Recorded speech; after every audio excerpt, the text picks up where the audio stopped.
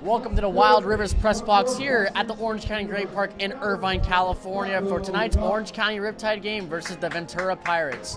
I'm Dylan Luden alongside Jeff Wilson, and we got Andrew Relvas, who's our director today. And Jeff, the Riptide are coming off the heels of a walk-off victory, a two-run single by Rocco Gump in the 10th inning. Really kind of, change the tide, if you would, maybe of the Riptide's early season. I mean, can you summarize just how they kind of clawed back into this game? Yeah, talk about the win that really raised my blood pressure there. At the 11th hour, they seemed like they were down all throughout this game. They weren't playing well. The defense was all right. The starting pitching was promising, but the hitting just didn't really get there. The last second, they rallied. It showed the poise in the team. I was super impressed. Andrew Parker, a strong start. He had 8 strikeouts that day. Couldn't ask for a better start from Andrew Parker. But the offense, that's what's going to be big in this game coming up. Yeah, we'll get into a little bit more about what worked for Andrew Parker later on in this pregame, but it was mostly timely hitting. I mean, Matt Flaherty was out of this game with an arm issue, and he pinched it, game-tying single, and then Rocco Gump obviously with a 2-run single. But, the Riptide had a 3-game losing streak before they were able to get the walk-off victory. Can you run me through some of the Riptide's early season struggles a little bit before this walk-off victory? Yeah, let's go to a quick pause to a national anthem. We'll be right back after this.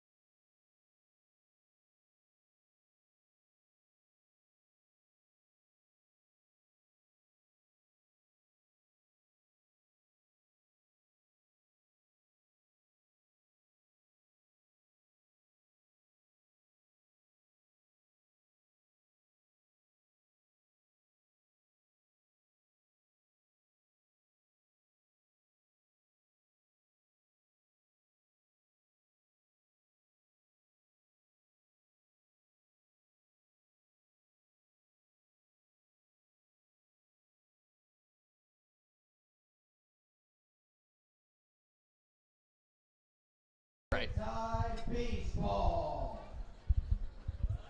We're back here in the Wild Rivers Press Box. It's Chick-fil-A night here, presented by the Woodbury Town Center Chick-fil-A. The Chick-fil-A cow is on site here at the Orange County Great Park. But before we were interrupted by the national anthem, Jeff, we were talking about the Riptide's early season struggles. They had a 3-game losing streak heading into last night's game before they broke it with the walk-off victory.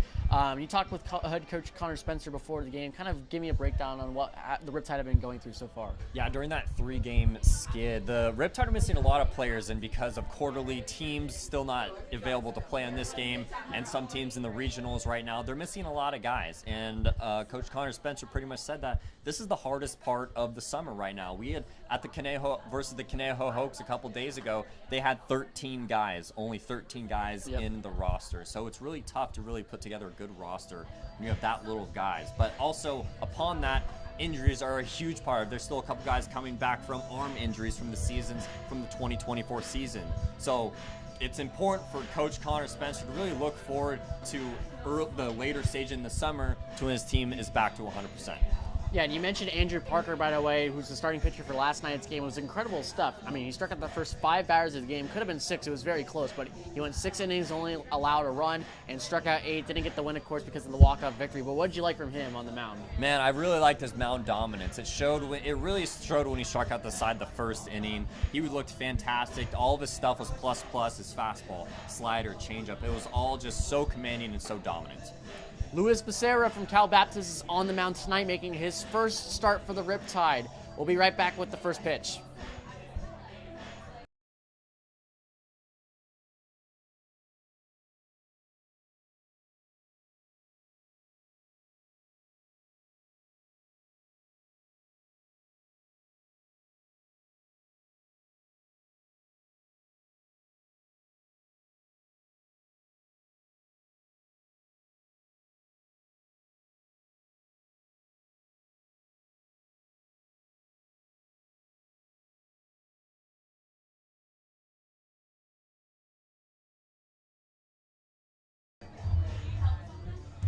Luis Becerra, the righty from Cal Baptist, is on the mound tonight to make his first start for the Riptide. His second appearance, though, on the season.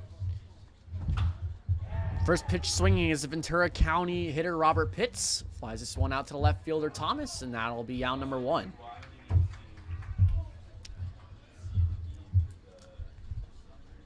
Tonight's lineups are brought to you by Northwood Pizza. Robert Pitts Jr. for the Ventura County Pirates is leading off in center field. The designated hitter Andrew Sharp bats second. Shortstop Angelo Alman bats third. Jose Mariano, the first baseman, bats fourth. Robbie Tretto, the right fielder, bats fifth. Sean Yamaguchi, the third baseman, bats sixth. Brandon DeWin, the left fielder, bats seventh. Ryder Gordon, the second baseman, bats eighth. Brody Brown, the catcher, bats ninth. And Wesley Wells, the starting pitcher for the Pirates in tonight's matchup.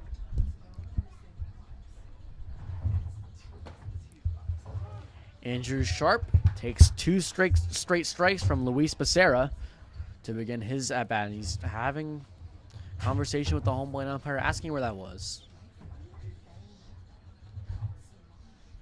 I would love to see Becerra go more than 3 innings than his last start. He went three strong innings in his last start, but it's important to really establish as a starter, really just get more innings as the season goes on and on. And like you mentioned on the pregame show, I mean, the Riptide have been experimenting with some players, especially with the full roster not being here yet. 0-2 pitch on the way is just fouled off by Sharp. And this is a chance for Becerra to kind of, make a statement for a starting role that's up for grabs.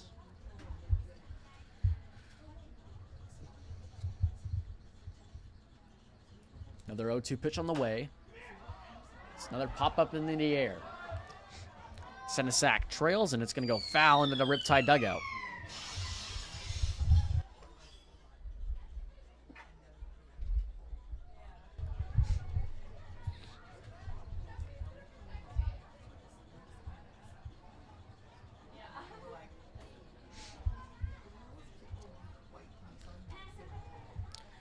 Sharp's only had 1 at-bat for the Pirates so far in their 2 games of play. He's been successful. That was a hit.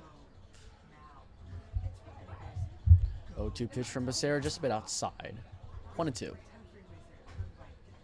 these 0-2 counts, you're probably going to see a lot of spinning balls going towards, and that slider, he really likes that one.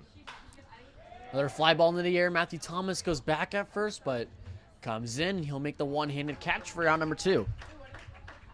Now batting number 7, Angelo Ilman. Angelo Ilman on the smooth fielding shortstop from the College of the Canyons is into the box.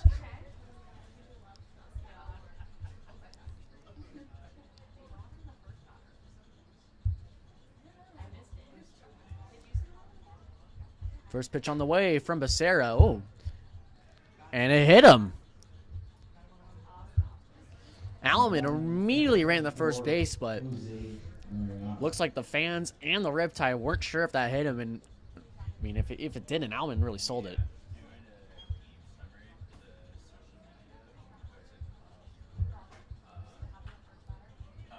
Jose Mariano, the first baseman, digs into the back of the batter's box. Alman on first base. Swing and a miss by Mariano on the first pitch.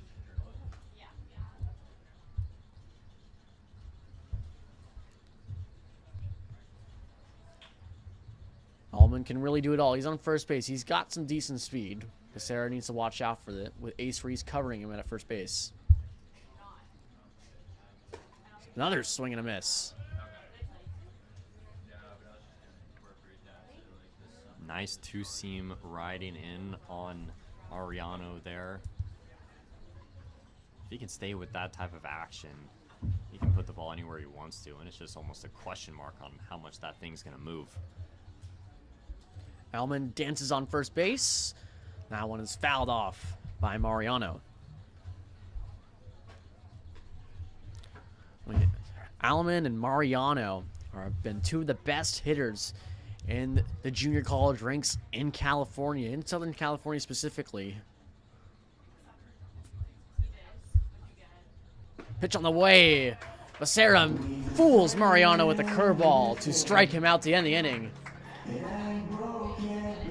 Pretty dominant inning from Luis Becerra in his first start. Got 2 flyouts and then a strikeout for his third and final out of the inning. We're heading in the bottom. The first score is still scoreless.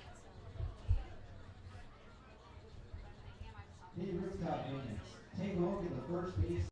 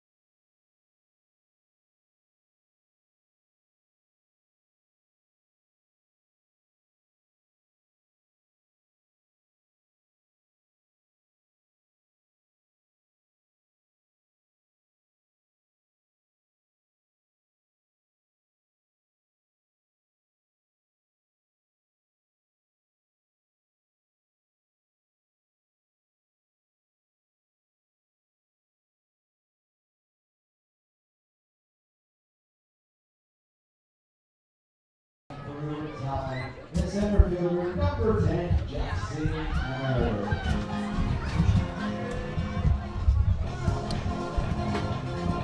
Welcome back to the Orange County Great Park. Bottom of the first inning. Score is still at 0-0. Jackson Kemmerer will be leading things off for the Riptide in tonight's game. He'll face Wesley Wells, a sophomore pitcher from Claremont McKenna College. His first start for the Pirates in this early season. Kemmerer checks his swing, and the home plate umpire is going to call himself, and it says he did go around. 0-1.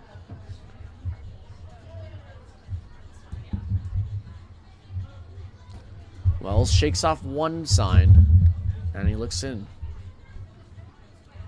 0-1 pitch hits Kemmerer in the shoulder, and he flies the bat out towards a Riptide dugout, and he'll get a free base to begin his ball game.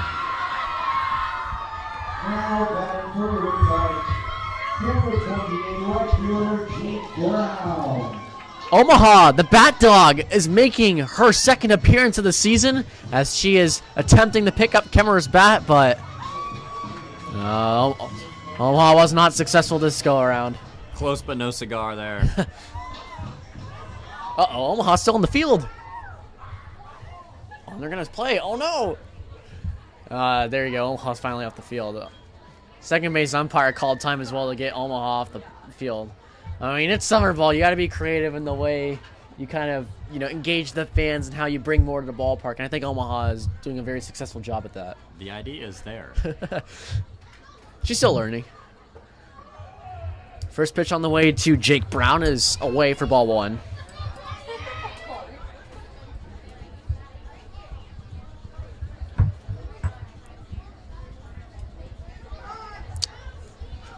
Brown batting .250 on the early part of the year. And now he's hit 2.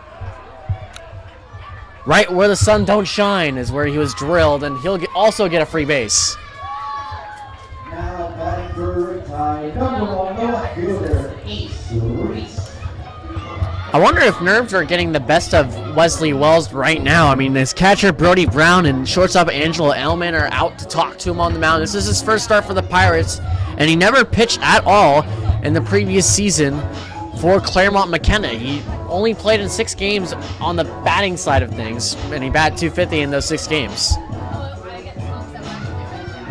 Not really the greatest of looks when your starting pitcher hits back-to-back batters, but it puts the Riptide in a great position to jump first here in this game.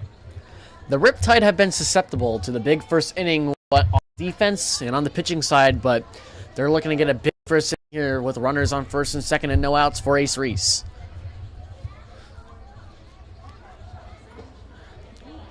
Kemmer easily steals third base. No throw down.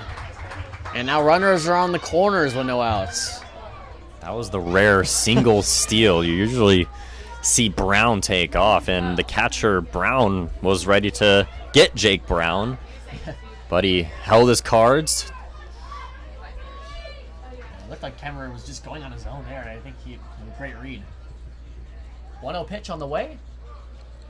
It's curveball in there for strike one on Ace Reese. Ace Reese has been in this position with runners in scoring position quite a lot this summer already, and also in Houston. Hit 264 with runners in scoring position, so he's been in these situations, and is a veteran guy you want up at this plate right now. Grounds one over to the third base side. Fielded by Yamaguchi, and he pump fakes the throw. And that's an RBI single for Ace Reese. Well, not the prettiest, but it'll get the job done. Ace Reese brings home an RBI. 1-0. Runners are now on first and second for Nathan Cadena, the Orange County Riptide veteran. He played a part in last night's walk-off victory. Down 4-2 with 2 outs. Bases loaded. He's able to draw a walk and bring in a run for his only RBI of the game. And he was on the base paths for that walk-off single by Rocco Gump, but didn't come around and score, of course. Curveball in there for strike one on the outer part of the plate.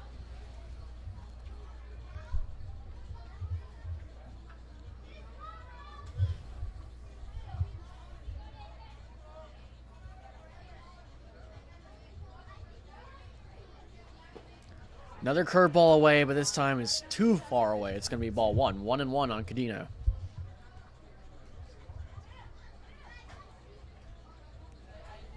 It's one of the few returning players back on the Riptide this season. The only hitter so far to make an appearance from last year's Riptide squad.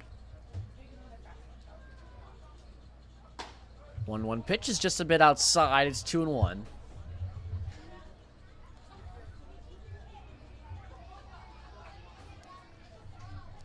Cadena thrived with runners on base last year for the Riptide. His 15 RBIs were good for second on the team.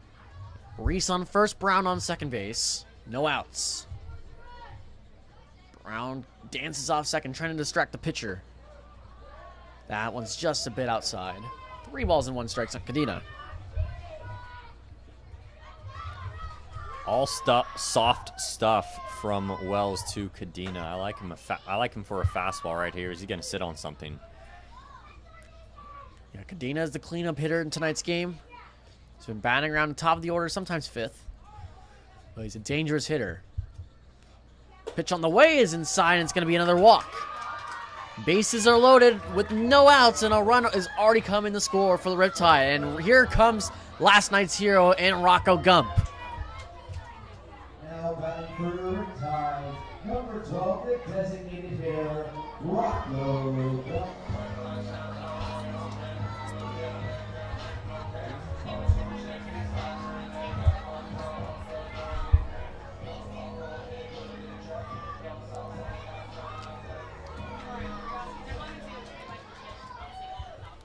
You know, Rocco Gump, he had a hit in last night's game before the walk-off hit, but he also had 3 strikeouts. He was trying to, get himself out of a golden sombrero spot, and he did it in the best possible way as he swings and misses at a curveball there for strike one. That's been a big problem for the Riptide overall in this season. They have a lot of strikeouts to go with in that box score, and it has to do with plate discipline from these guys, and they really got to be patient up there and really hone in on their pitch. 1-1 on Gump. I think that's what some of the Riptide hitters learned as the game progressed yesterday for sure, and Gump was one of them. He really flushed away those 3 previous strikeouts, and he thought about that one hit he had earlier, and he wanted to add on to it. He's able to hit fastball the opposite way for a 2 RBI walk-off single. 1-1 swung on and missed by Rocco Gump. It's 1-2.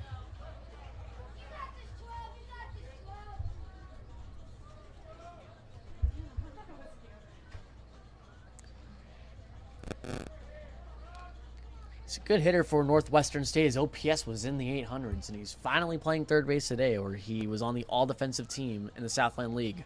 And now he's hit as well, and that's going to be an RBI for him.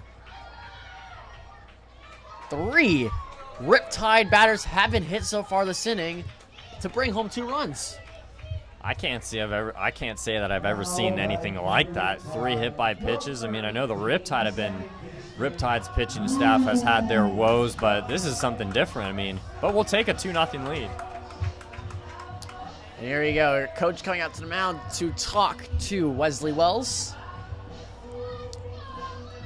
I mean, I believe this is his first time pitching since high school. The sophomore pitcher did not get any action on the mound for Claremont McKenna College. Only batted a few games for them last season.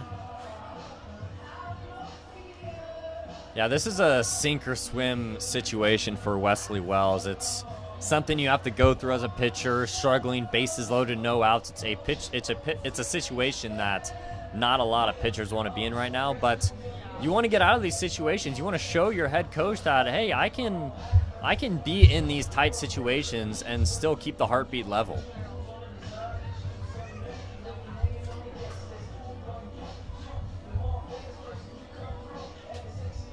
If you are wondering at home if Ventura County do have someone warming up in the bullpen after 3 hit by pitches, or yes, they do. They do have someone warming up in the bullpen.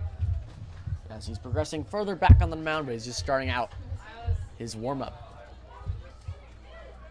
Again, bases are loaded for Luke Johnson. Second baseman from Cornell University takes a ball upstairs as he's handing count 1-0.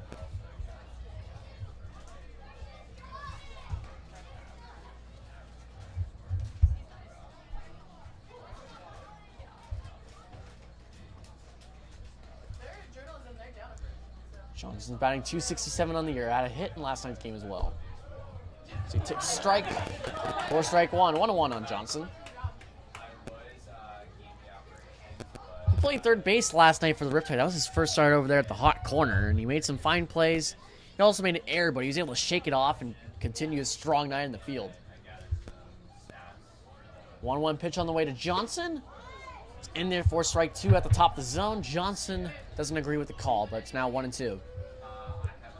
He has such good awareness of the zone, and he's one of the guys on this team that does not strike out a lot. He's only striking out once in his last 15 at-bats, so he is bound to put the ball in play. Only 2 walks as well.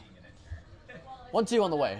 Johnson chops one over to the third base side. Yamaguchi feels this one in foul territory. Count still remains at 1 ball and 2 strikes.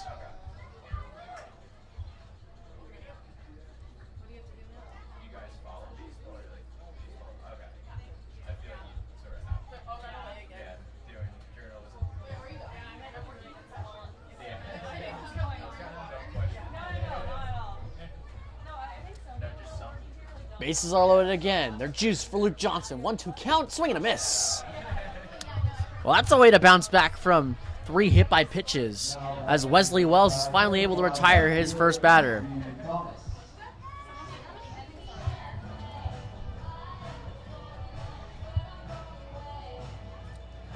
Matthew Thomas, the outfielder from Cal, will be digging in. 7-hole hitter today, had the night off last night.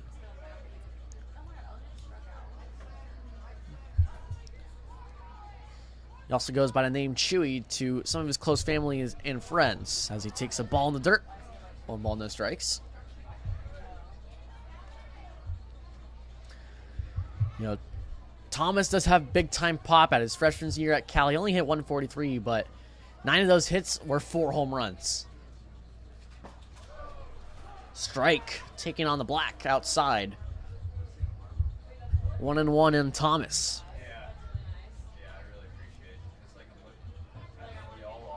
He's shown off that pop so far for the Riptide in the early stages of this season. He had a triple that landed at the base of the wall. He was able to pull it.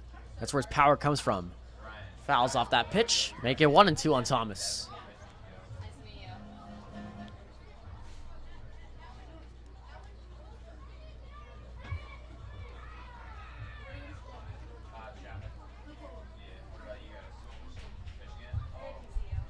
Umpire making sure that all the fielders know the count's at 1-2. A little bit of confusion going on in the infield. Bases are loaded with only 1 gone. Pitch on the way to Thomas. Is in there for strike 3. Well, Thomas looked back at the umpire. He did not think that was a strike. But Wesley Wells is rebounding nicely. 2 straight strikeouts for him. Number 26, the catcher, Max Sensa.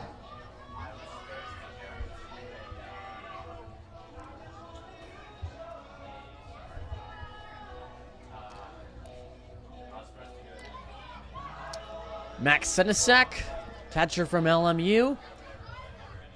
Waiting his first attacks here. He's still searching for his first hit of the year. He's been switching off here and there with Brandon Wilkinson from Cal State Northridge as he takes a strike away to begin the at-bat.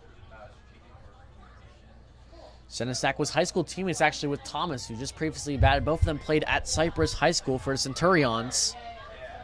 And a very successful program that has produced many major leaguers, including David and Dominic Fletcher. Senesak begins his swing. Home plate umpire doesn't even give a check over to the first base umpire. That's going to be ball. 1-1.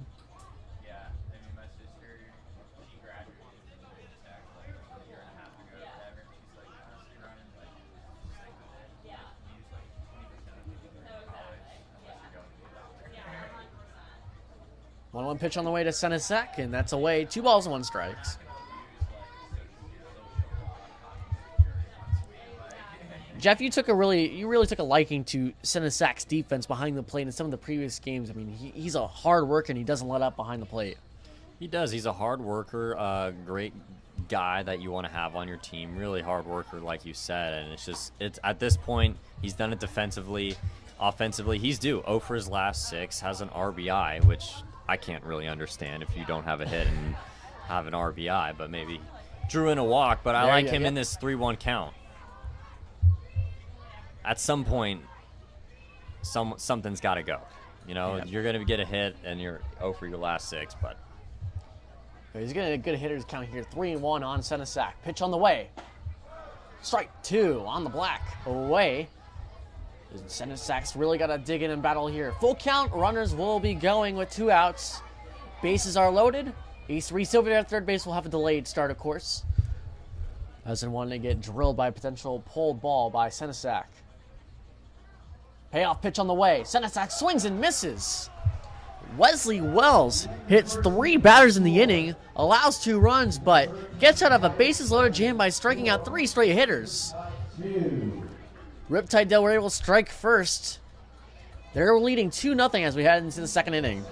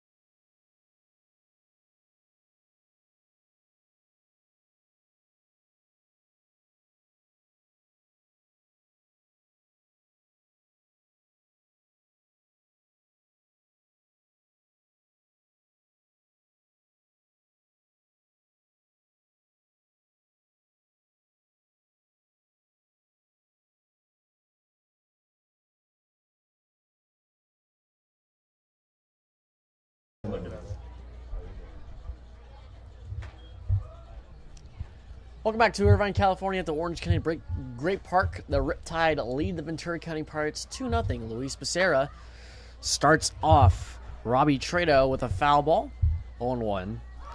This defensive preview of the Orange County Riptide is brought to you by Ticket Smarter. Matthew Thomas in left, Dean Kimmerer is in center field, Jake Brown in right field. As Becerra gets another foul ball from Trado. Rocco Gump moves out of the designated hitter role to play third base. Nathan Condina starts again at shortstop. Luke Johnson moves back to second base. Ace Reese also moves back to first base with Max Senesac behind the plate, catching Luis Becerra. Matt Flaherty, as designated hitter for tonight's game, he'll lead off in the bottom of the second. Another foul ball there from Robbie Trado. Still at 0-2.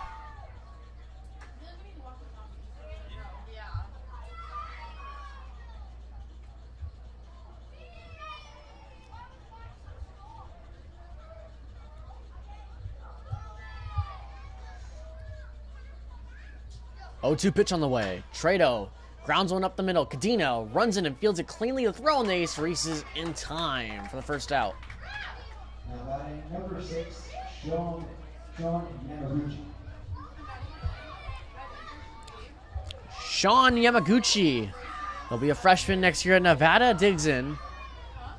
If you're a baseball fan at home and the name sounds familiar, Sean Yamaguchi, you might remember him from the 2018 Little League World Series, where he actually won the whole thing in Williamsport with the Honolulu Little League team that kind of took the whole baseball world by storm.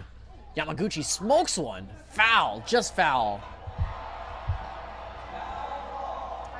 You know, Yamaguchi was one of the stars for Honolulu Little League in Williamsport. He batted .400 there, and he gained his social media following by a lot. He's up to over 10,000 now, and he gained 7,000 followers during his time in Williamsport. It was always my dream to win the College Little League World Series as a kid. Man, I would kill to play in Williamsport.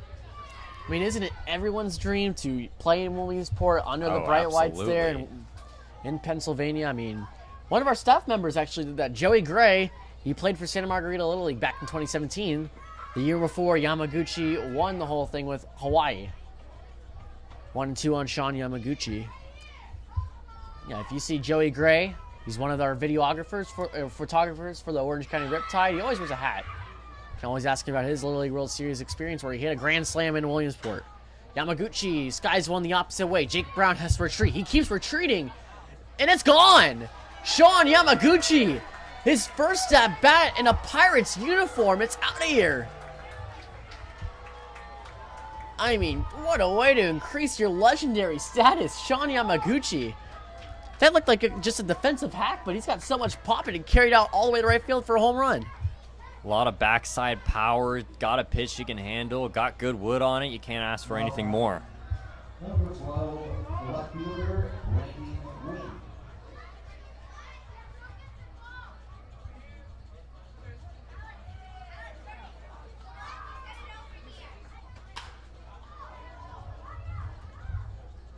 The wind fouls this one off.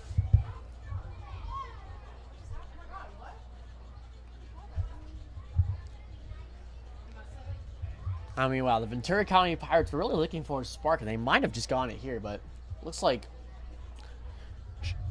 Brandon the Wind, the left fielder, is in some pain. I'm not sure what happened. He's running out the foul ball, but the medical staff will come and take a look at him.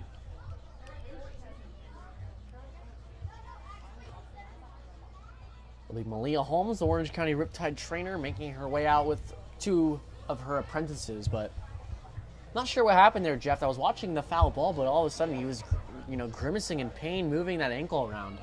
It's looking like that left ankle. I mean, it's hard to say. It may just rolled it running down the line.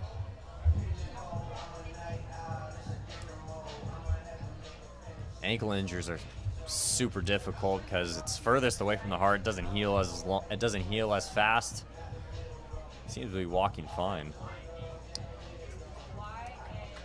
Yeah, I wonder if it was just more of the fact that he was kind of seeing where that ball was going to end up as he gets applause from the Riptide fans, but he's testing out that ankle now. It looks like he's going to continue, but I'm not sure My guess would maybe be that he was kind of running out that foul ball, and I don't think he was kind of looking at maybe that lip of the grass was in foul territory, but glad to see he's okay, and he's able to continue and stay in this game and carry on his at-bat. 0-1 on him as Luis Becerra works. Foul tipping off the glove of Max Senesac. 0-2.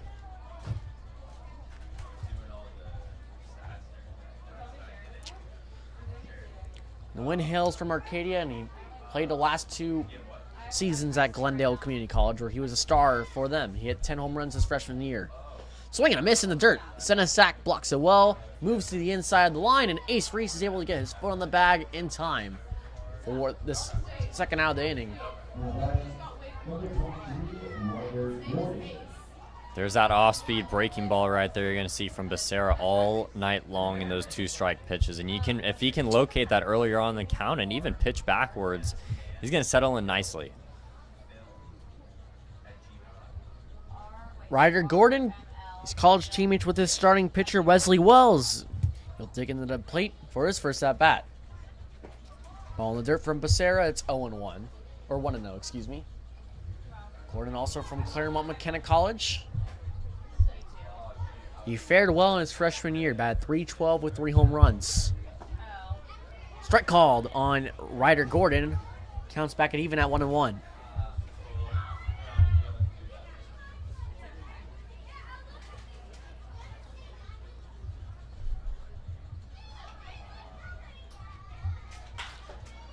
Grounded softly to second baseman Johnson, sticks with the hop, throws over the Ace Reese in time to finish the top of the second inning. Well, the Pirates were able to get a run on the board thanks to a Sean Yamaguchi home run.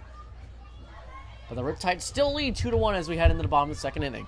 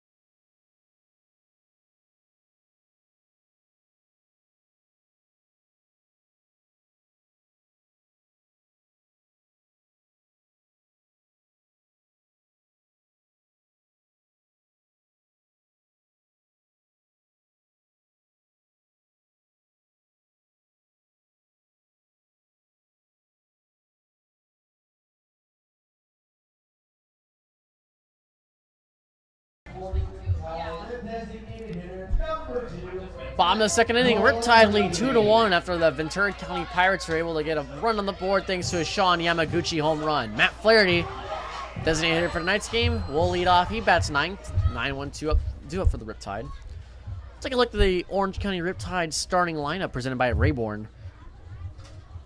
Matt Flaherty is batting ninth, but he leads off this inning. Jackson Kemmerer is the leadoff hitter from Nevada, is in the center field. Jake Brown from Cal Baptist is in right field, batting second. Ace Reese, first baseman from Houston, bats third. Nathan Cadena in the shortstop. He bats fourth. Rocco Gump, third baseman, bats fifth. Luke Johnson bats sixth. The second baseman for tonight's game. Matthew Thomas bats seventh in left field. Max Senesac, the catcher, bats eighth. And Matt Flaherty, the 9-hole hitter. The designated hitter skies one up. And it lands into the seats, foul.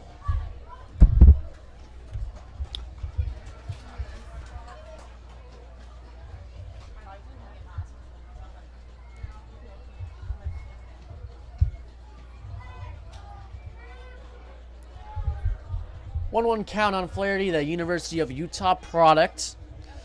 He did not play in last night's game. He had some arm issues. He was testing it out during pregame, and he told head coach Connor Spencer that it better be off of him not playing tonight, but he can still hit. And he pinched it, and he was able to tie the game up in the ninth for the Riptide last night. And he hits one to the opposite field gap. Left center field is going to drop it. Will. It's going to fall.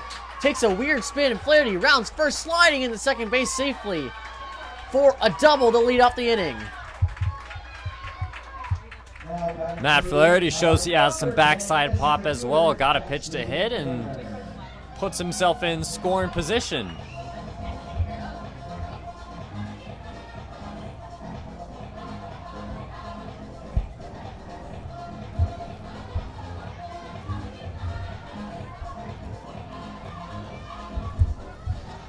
Jackson Kemmerer, the outfielder from the University of Nevada, will be digging in. He saw his future college team at Yamaguchi homer for the Pirates in that top of the second inning.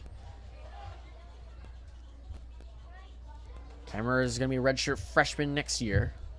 Squares bunting. He gets hit for the second straight time. Let's see how he takes this one as he kind of does a stare down and tosses the bat to the Riptide's dugout. No Omaha the bat dog this time around, Jeff. No, sir. Yeah, she's puckered out. She tried hitting the bat the first time, but it wasn't successful, and she kind of stayed on the field, so I wonder if she's going to come back later in this game. She appeared 2 games ago for her first outing, and she was able to do 2 innings, and she was able to retrieve a bat. Well, we'll see if she comes back here tonight. Runners on first and second for Jake Brown, right fielder from Cal Baptist. First pitch on the way to Browns, away for ball 1.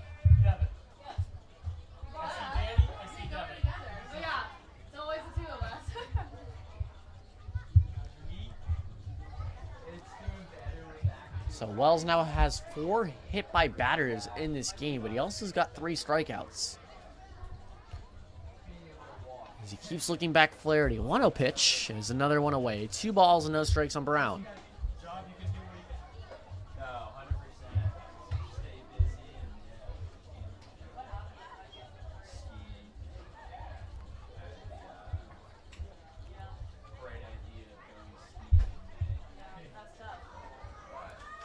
No one holding on any of the runners on first and second.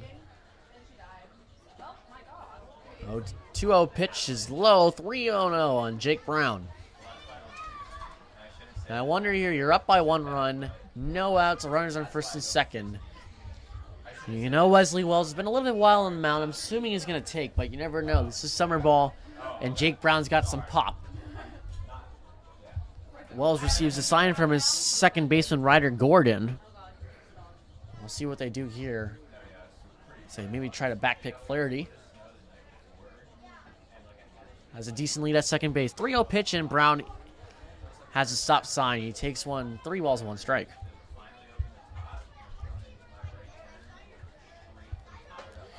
And now I'm assuming Brown is going to be swinging away.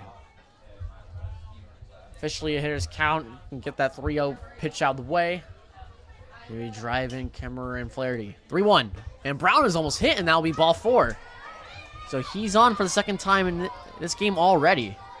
Bases are loaded again with no outs.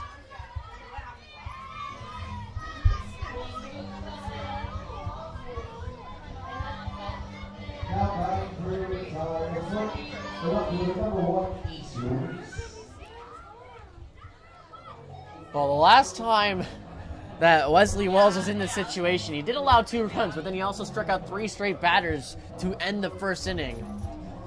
I mean, Jeff, what do you think is going through the mind of Wesley Wells right now after, loading up the bases for a second straight inning?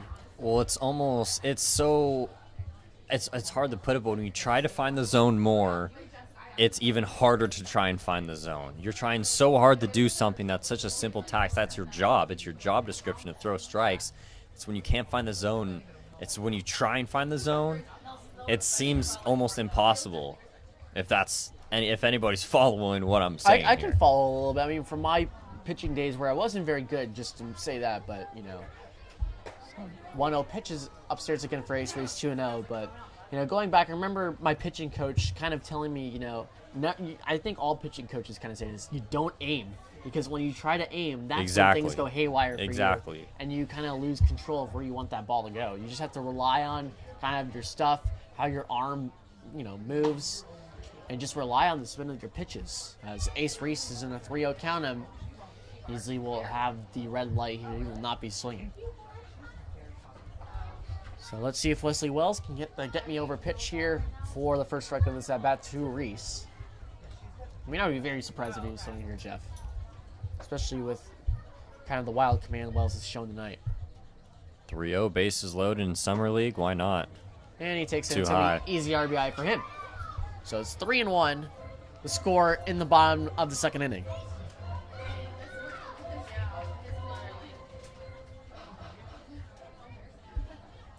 When you have walk after walk, hit by pitch after hit by pitch, you got to take a breath. And really, you have to take advantage of the CCL not having a pitch clock right now. You can take your time out there, take a deep breath, just do what you need to do to get back into the zone and get your team back into this game. And they're still going to be in this game, but with bases loaded, 0 outs, the Riptide have to take advantage. Well, speaking about that pitch clock again, it's implemented in the right center field, but it's not on. It was implemented for the USC Trojans baseball season. They played the majority of their home games here at the Orange County Great Park, as their home field, Dado Field, was under construction for this year and will be under construction for next year. But we've seen a different pace from the Riptide pitchers for sure, especially last night. Andrew Parker was working quick and efficient. Ryan Kittredge was more like taking his time, but was also very effective in the way he was going about his business. Cadena starts his hands with the balls in the dirt to begin this at-bat. 1 ball, no strikes on Nathan Cadena. Ace Reese already has 2 RBIs in his first 2 at-bats here. I mean, I think that's a great way to start your night if you're Ace Reese. Doesn't matter if it's a walk, if it's a hit, whatever it is. 2 RBIs goes in the stat book for him. Another ball. 2-0. So I believe, Jeff, if you want to fact check me here, I think that's 6 straight balls, right? 6 straight balls. You're an automatic technically take. More, actually, because he also walked the previous batter.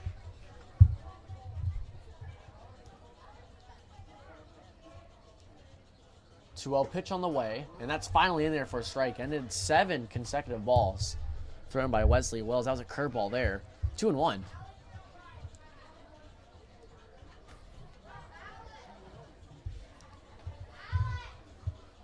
I know we've seen a lot of hit by pitches already. The record in the MLB between 2 teams in hit by pitches is 9. Oh, wow.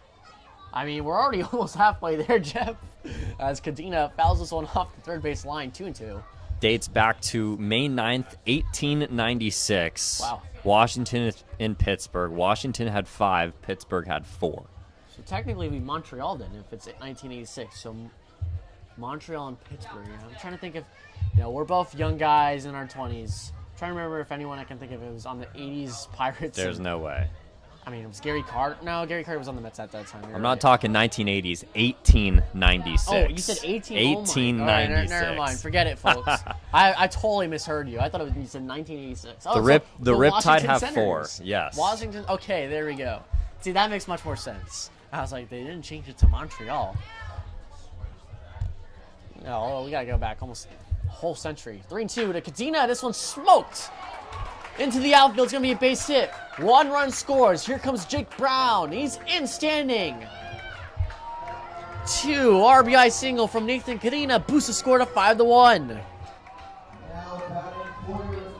I mean, at this point, when you have trouble throwing strikes, you know where the ball's gonna have to be at one point in the at bat, in the zone. Nate Cadena, with that information, great job hitting. That's a given. Well, that ball by Nathan Cadena was smoked, just like all of Pear Trees Meats. Find them in Irvine, California, where there's always happy eats with Pear Trees Meats. And they're always set up over by the third base dugout on the concourse. If you're ever here to join us for an Orange County Riptide game, make sure to stop by Pear Tree Meats on the third base side.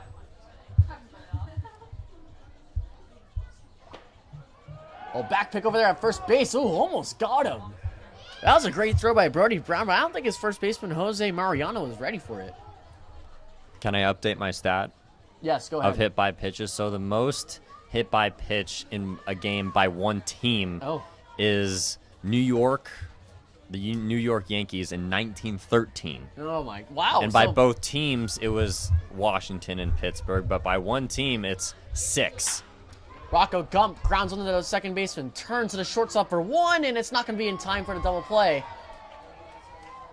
So they were able to get the force set at second for the first out of the inning, but a run does come in the score, so that's an RBI for Rocco Gump. 6-1 Riptide. Oh, wait, excuse me, my bad. No run comes in the score, still 5-1. It's a lot of runners to keep track of, especially with that single by Cadena. Runners on first and second. So now runners are on first and third, 1 out. Still 5-1 after Gump was able to beat out a double play.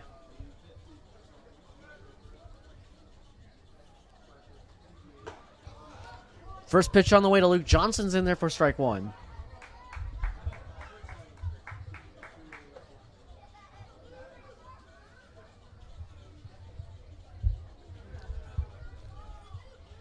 I know we were kind of interrupted there. Remind me how many pitches or hit by pitches by a single team again? Single team is 6. Luke Johnson grounds into the shortstop. Edelman feels it cleanly. Throw on the second base is going to be in time for a force out. And now the run scores for the Riptide to make it 6-1. The Pirates are 2 away from tying a Major League all-time record. And we're only in the second inning here. So you never know. Maybe they could do it in the California Collegiate League.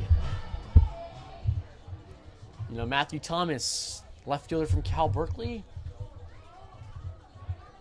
We'll dig in as Wells back picks over there at first base to Luke Johnson. He's in there safely.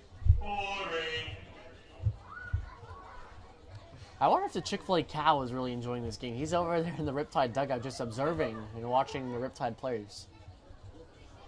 I don't know how I would feel if I had a 7-foot-tall mascot in my dugout. Thomas flies this one out to center field, and the rangy Robert Pitts Jr.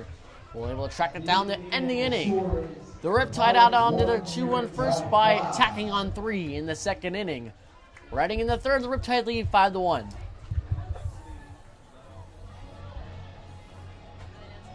Without the general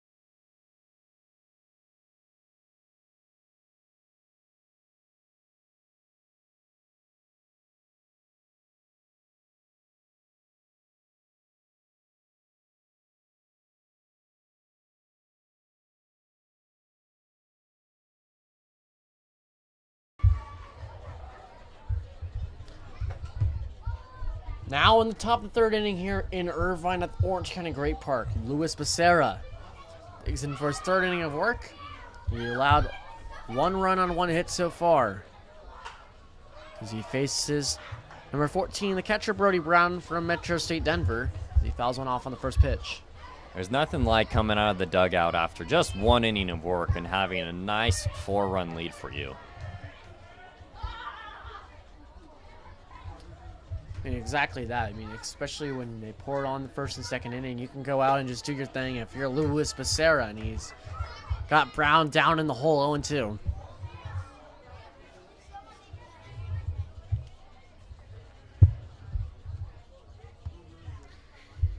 He already has 2 strikeouts through 2 innings tonight. 0-2 as Brown was starting to check his swing, and the first base umpire says he goes around. So that's a strikeout. Wow, that was... I thought he held up, Jeff, and I think Brown he knew he held up too. He was standing there a little bit before he finally walks away slowly. We didn't have the angle. No, we did not, but... It looked close, 50-50. It did look pretty close, exactly that. You can kind of tell, if the bat head kind of, goes halfway on the plate, but that's about it. Robert Pitts Jr., the leadoff hitter for Ventura County, takes a strike, 0-1.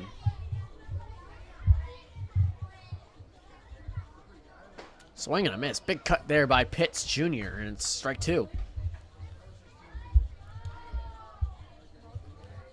He's from Los Angeles, but he played his collegiate ball at the junior college ranks locally here in Cypress College. 0-2. Ball in the dirt, good block by Senesac. Count goes to 1-2. His freshman season, he was at the University of Michigan and appeared in a few games, but transferred out of there to Cypress, where he had 3 home runs and batted .331. This one's just poked up the middle, ranging as Johnson on the backhand, throws on the run, and it's not in time. That was a good effort there by Luke Johnson, but Robert Pitts Jr. can really run. And he really beat out that throw. I'll tell you this, smart move getting out of Michigan. What's your beef? That's my Ohio State biasness right there. You're an Ohio State fan? I am. You have connections? My grandpa went there. Okay, your grandpa. Okay. Legitimate connections. So I have roots. Legitimate connections. Okay, I can defend that. I'm not a bandwagon. If that's what you were I implying. was never implying that. Of course, I was never implying that. Never. Come on. Back pick over there on Pitts, keeping him honest. Only one gone for Andrew Sharp.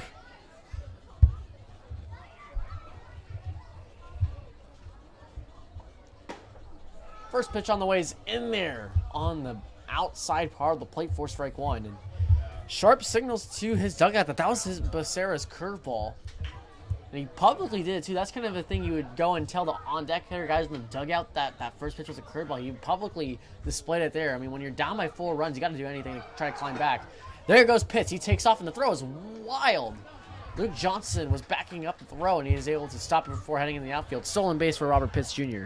That's going to be a tough guy to stop on the base path. Pitts Jr., man, he's got speed.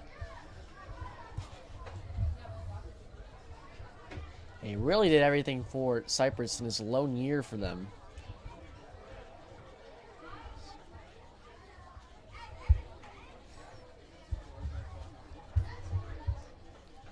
He only had 3 stolen bases on the year for Cypress, but his speed really came to play out in center field, where he played an amazing center field for Cypress this past season. He's got gas in the tank, ready to go. Indeed he does. Cadena goes back to second as he extends his lead even further. That's going to be a strike. Fastball away for strike 2. I feel like you have to keep more of an eye on Pitts Jr. out there because, in my experience, it's easier to steal third base than second base because what you're doing and what you want to do as a base runner out there is get momentum. And right now, Pitts Jr. is just that kind of slowly creeping and always having movement, slow. And now he's just, as a time, you got to get a good shuffle and then take off. Fly ball in the left field. Thomas camps on this one and makes the catch for out number 2.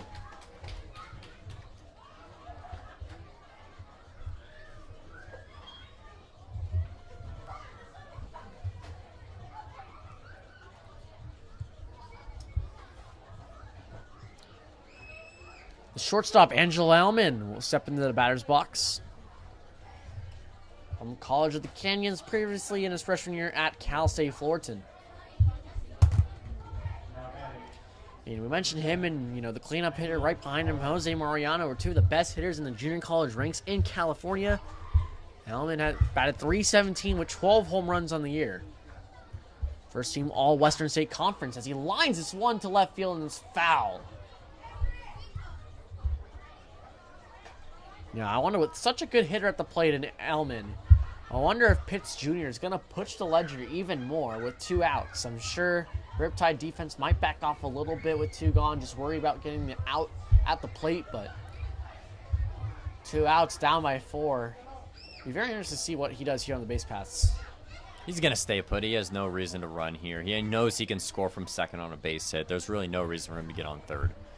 Dances off his second. The pitch on the way, and it's outside. Just misses ball 1.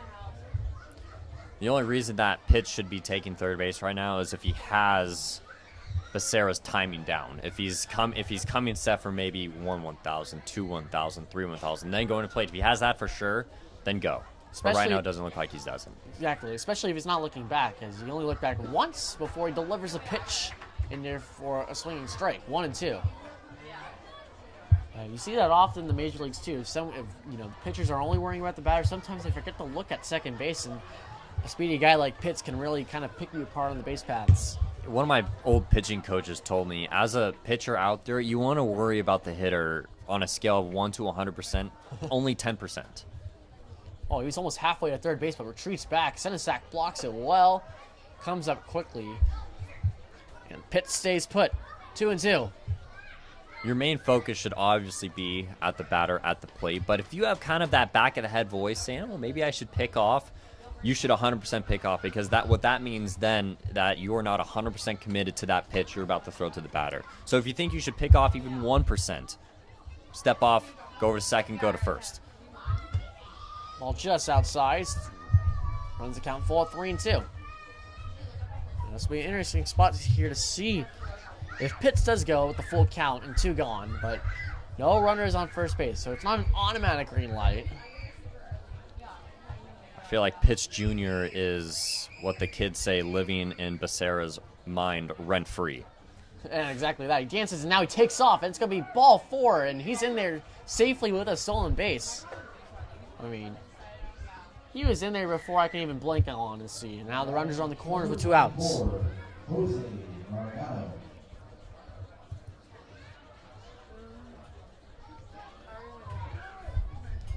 Max Senesac calling out the signs to his infield with the runners on the corners with 2 outs. I mean, surely, I feel like here, if you're a head coach, Jeff, and you're in this situation, 2 outs, runners on the corners, you're up by 4. I think you're more really worried, not about the runner on first, but more about the runner on third. You can let that guy take the free base at second. Becerra pumps in a strike to Jose Mariano to begin his at-bat.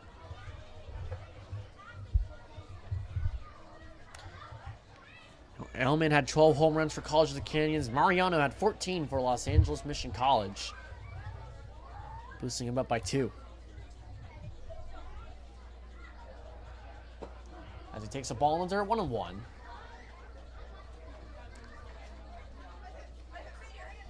Just besides the 14 home runs, his slugging percentage, take a guess, 773. That's absurd. That's Aaron Judge-like numbers. That's an OPS number right there. I would have mistaken that as an OPS. That's like an average to good, major league ball player, and that's just a slug. Runner goes off for second. Senesac does throw down, and he is hosed. Wow. Riptide fool us all. Max Senesac delivers a bolt to second base and easily get out Elman to end the inning, straining the runner at third base. Riptide lead 5-1 as we head into the bottom of the 3rd inning.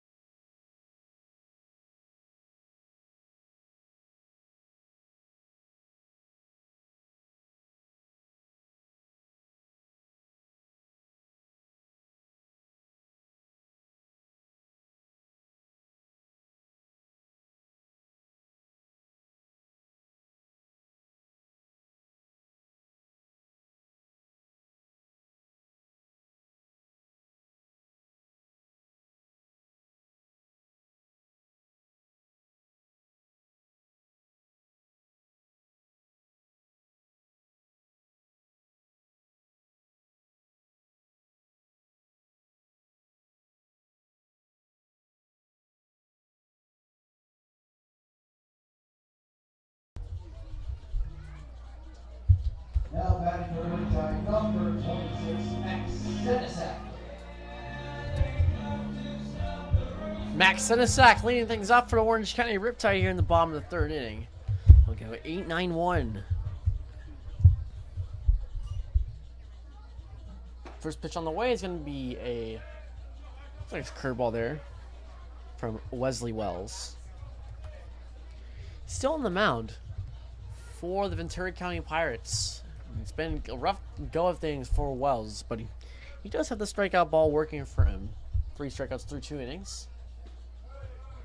That curveball started at Senesak's hip and then came across the middle for strike 1. 1 ball, 1 strike. I think after Wells struck out the side in that last inning, he showed the coaches, like, hey, I can be out there for a couple more. I got into trouble. I limited damage. So let me go out there for a couple more. I'm good. This one's popped in the air behind home plate. Brody Brown retreats. And umpire says he does not make the catch. Home plate umpire ruled it foul. It looked like, I think it just went off the netting. I know he was kind of bobbling it after initially hit his glove, but I think it kind of bounced off the netting, and he tried to sell it like he caught it, but home plate umpire doesn't budge there. Senesak is now down 1 ball and 2 strikes. That was a good effort, though, from Brody Brown to sell that play and try to get the first out of the inning.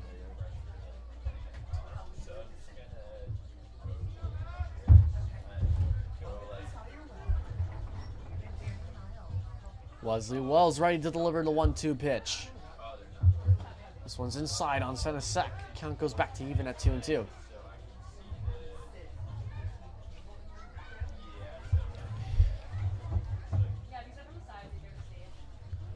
Max still looking for his first hit on the young season. 2-2 pitch. Off-speed pitch away, and it's called for strike 3. Senesak shaking his head as he walks away. That's the first out of the inning for Ventura County.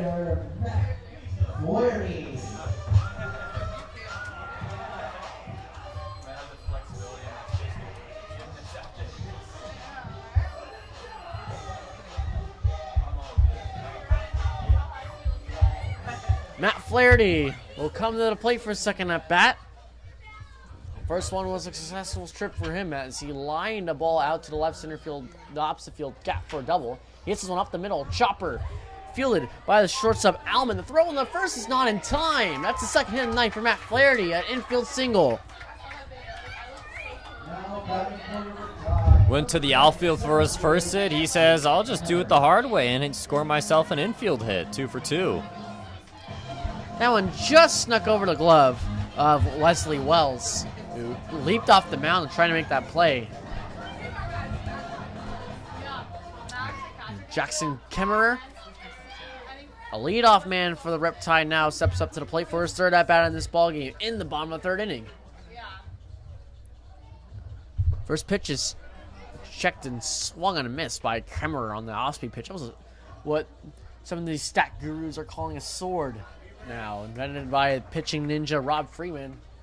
Oh, they're going to get a check over at first base? Or oh, yeah. Oh, first base umpire says he didn't go around. I don't think the first base umpire was thinking there was going to be a check over there at first. I mean, he turned his head around thinking that maybe something on the field, but home plate umpire was asking him for that, and yeah, he definitely did go around. Flaherty goes, and Kemmerer's hit for the third straight I don't at-bat. believe There's it. No way. Oh, I mean, Kemmerer was talking to the pitcher. He shrugged at him, and and Wesley Wells is saying, "My bad. This is not. I'm Yeah. sorry. I don't have control of my pitches. Sorry." That was definitely not intentional. I I'm mean- not too happy if I'm Kemmerer. I mean, yeah, you're hit by pitch for the third straight at bat. They've all been kind of at the bottom area, the belt, the back. They've all been in relatively the same spot. And I think they've all been off-speed pitches. I don't think I can recall any of them being fastballs either, but and Wells in another tough situation here as he steps off the mound, faces Jake Brown. You know, Ventura County are an affiliate of the CCL. They're not officially in the league. They're trying to get in it for next year's season. They were in previously beforehand. And in the San Diego Sunrays. Jake Brown fouls off the first pitch. Off of the catcher, Brody Brown. They're 2-1 to begin this season so far. They won their last game in a shootout against the Sunrays.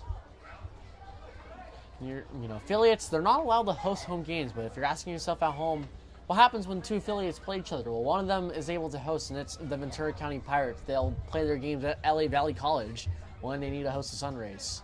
A 1 pitch on the way to Jake Brown is upstairs for ball 1. All right, Jeff, let's do some counting here. How many hit by pitches has that been? That's been 5, right? That's been 5. So now we're over the halfway mark of trying to break the MLB record for both teams in a game. And remind me, the single game record was 6, right? 6. Oh, we're almost there. I'm sure I feel like in some summer ball leagues, so that count is higher, but comparing it to major leagues, as both runners take off, Brown grounds off to the shortstop. Alman throws over the first base for the out. Well, that was beneficial for Connor Spencer. The double steal proves fruitful as that avoids a double play the end inning for the Riptide. That's a successful hit and run, to say the least, and Jake Brown did his job. Now it's Ace Reese looking to bring him in with scoring position. His third at-bat today for Reese. He's had RBIs in the first 2. RBI single back in the first, and an RBI bases loaded walk in the second inning.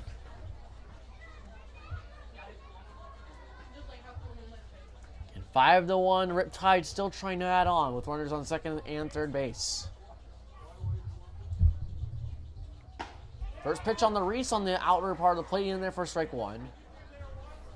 Reese thought it was a little bit too low for his liking as he signals his left hand pushing downwards. The Riptide did tie an American League record in the first inning with most hit by pitches in an inning at 3. Tied a whole plethora of teams. That one by Reese is fouled off, almost landing in the Wild Rivers press box. That was very close.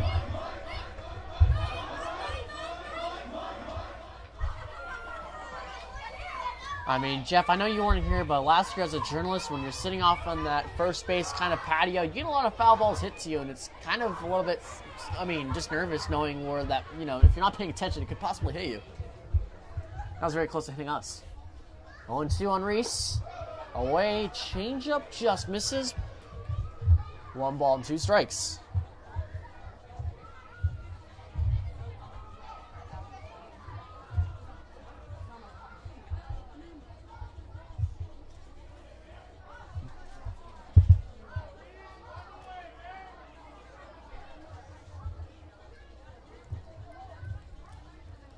Wells takes a deep breath. 1-2 pitch on the way to Reese, and inside almost hits him. 2 balls and 2 strikes. The Riptide have the National League record in 1 game. Shooting for the American League. I mean, I think you can just shoot for all the hit-by-pitch records at this point. There's 2 pitchers kind of just standing on the mound in the Pirates bullpen. I mean, there was one warming up back in the first inning, but they didn't opt to put him in. And they're going with Wells here, trying to get as much out of him as they can. 2-2 just away. 3-2. Oh, back pick over there at third. Yamaguchi wasn't ready on that soft throw from Brown. Full count, 3-2. I mean, it's the first game, by the way, for Yamaguchi with the rest of his team, so not really in sync between his catcher Brown and the rest of the infield right now.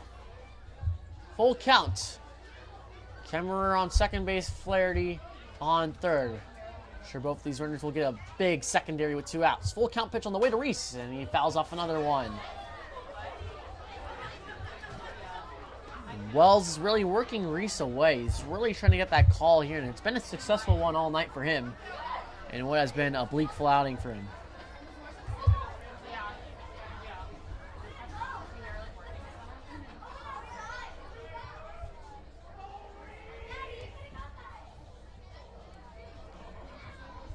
Another full count pitch on the way to Reese. Up the middle, and it's off the pitcher Wells. It clips him, and it's going to be an RBI base hit for Reese. Ace Reese coming through in the clutch again, and the Riptide lead 6-1. Now batting for What's the phrase? What goes around comes around. You hit 5 Riptide players, and you get a smacker right back to you. Feel like that's fate. Head coach for Ventura County will go on the check on his pitcher Wesley Wells. It looked like it went off right off his foot or the ankle as he's holding that and kind of moving it around. OC Riptide trainer Malia Holmes comes out to check on him again. I mean, she's been busy. She hasn't had a lot of action so far in these first couple Riptide games, but she's been out there twice to go check on some Ventura County players. We've had some very unique games to start the year. This isn't even the most interesting one, I would say. Yeah, and exactly that, especially... Still crazy. Yeah, and especially since we had a walk-off victory in the 10th inning where they're down in their final out, down by 2 runs, and they were able to walk it off.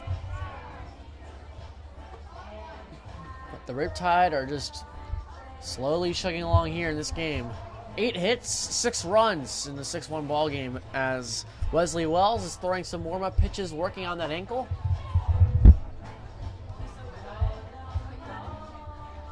No more pitchers are kind of standing by the mound in that Ventura County bullpen.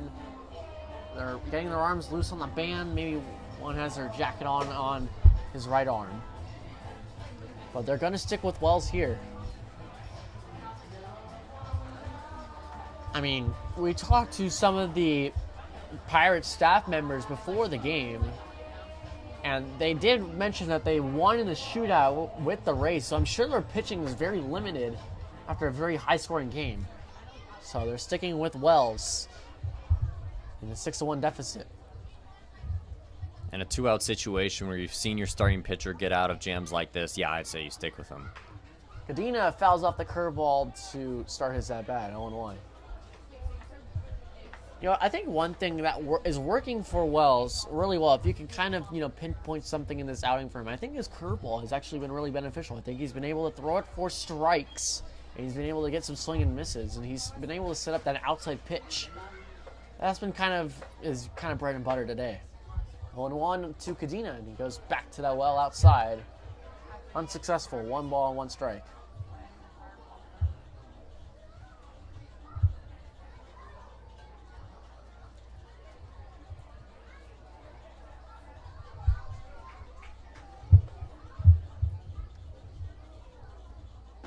One on the way to Cadena as a changeup in there for strike 2. Again, another away pitch that proved successful for Wesley Wells.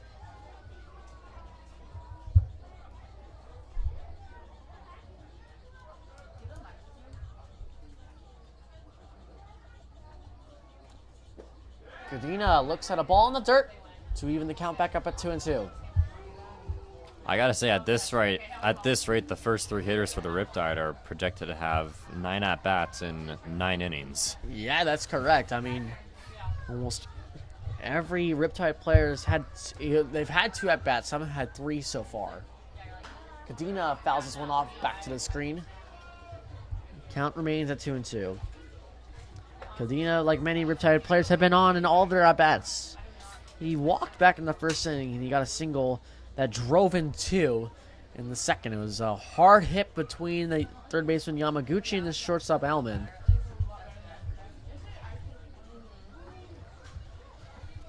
That was his calling card last year for the Riptide. Hitting with runners on base. Swing and a miss by Wells. He finally gets out of the inning after allowing a run in the bottom of the 3rd inning. The Riptide still lead 6-1 as we head into the 4th inning.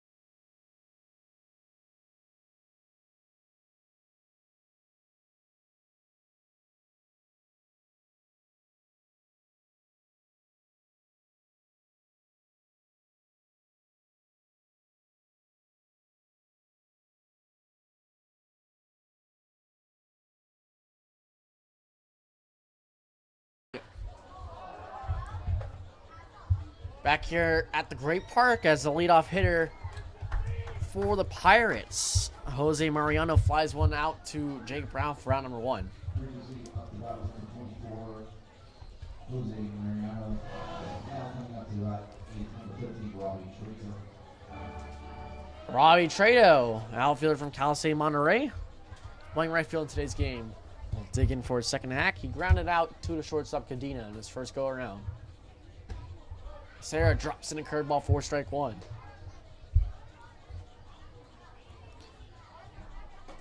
Trado's going into his senior season at Cal State Monterey Bay, but he was a product of LA Pierce Community College. Home plate umpire calling it himself. He's going to say Trado went around on that pitch. Another curveball makes it 0-2.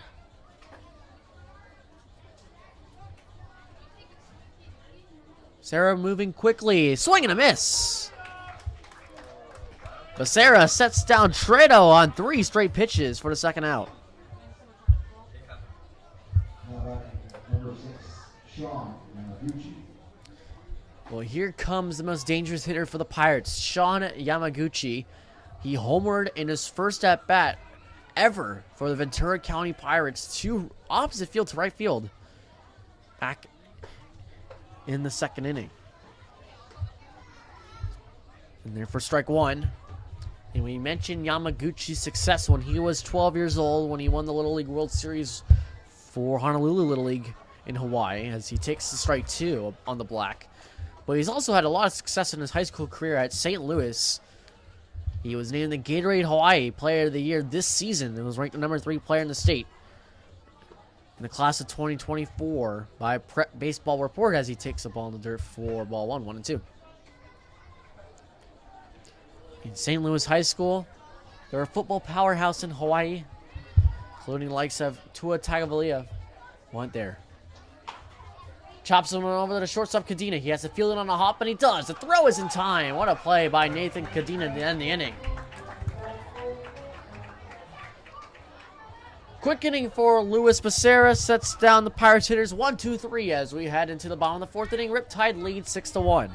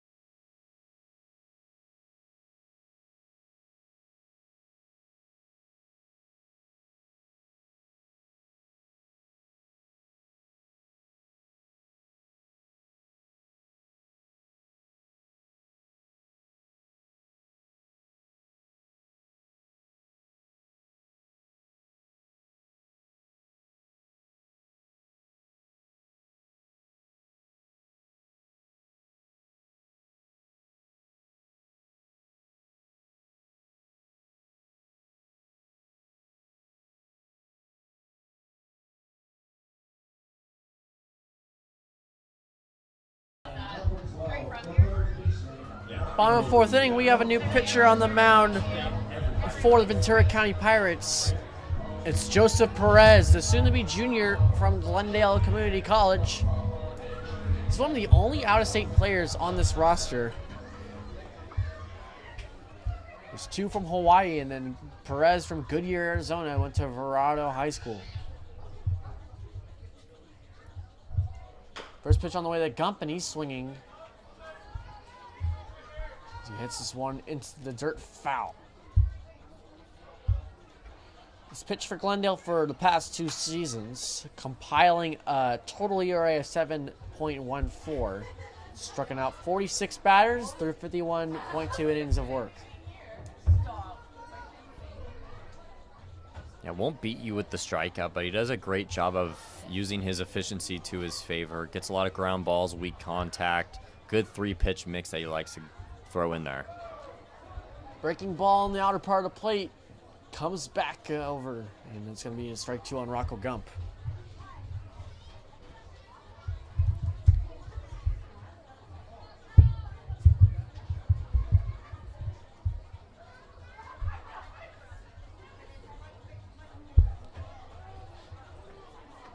Oh, 2 on the way, and that's in the dirt. 1 ball and 2 strikes.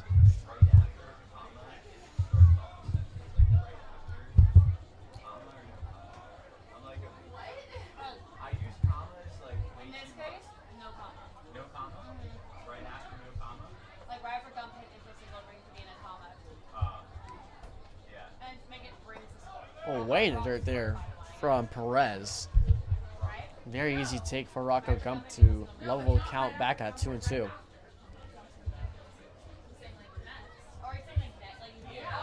You know, I talked with Rocco Gump before the game today. He's from Chandler, Arizona. He's one of the few out-of-state players on the Riptide roster. Both teams housing a lot of guys in state. Him and Ace Reese from Canton, Texas lived together this summer. As Rocco Gump takes a fastball inside for strike 3. Now batting for Riptide, number 18, the second baseman, Luke Johnson. Luke Johnson coming up to the plate for his 3rd at-bat.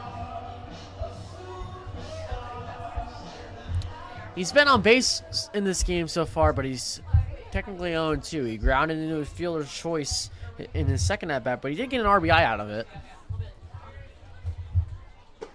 First pitch he sees from Perez is in there for strike 1.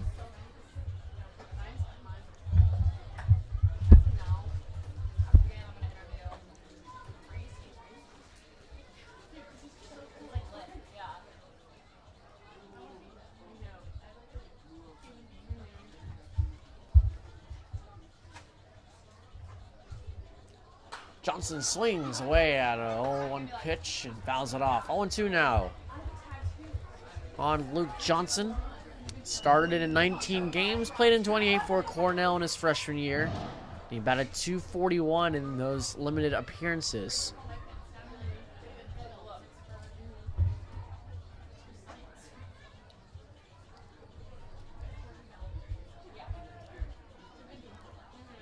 Johnson fouls this one off barely to stay alive in this at-bat. Still an 0-2.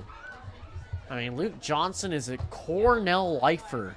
I mean, besides his father, Craig, who played tennis collegiately at Pepperdine before playing professionally from 1989 to 83, his great-grandfather, great-grandmother in 1929, great-uncle in 56, grandfather in 57, grandmother in 58, on in 86. They all were Cornell graduates. That's a long line of Ivy League graduates in the Luke Johnson family. As he takes the ball away, 1 ball and 2 strikes. I don't know anyone in this world that I can recall out of people that I've known and been around to have that many Ivy League graduates in their family. Go Big Red, I guess. Swing and a miss by Johnson, set down on strikes for the 2nd time tonight.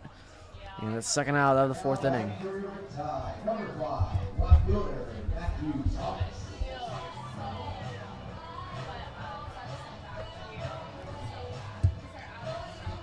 Matthew Thomas also goes by Chewy. We'll dig into the box.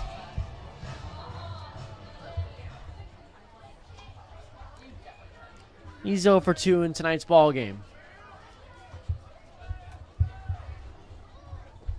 Starts his swing on that off-speed pitch in the dirt, and the first base umpire says he went around.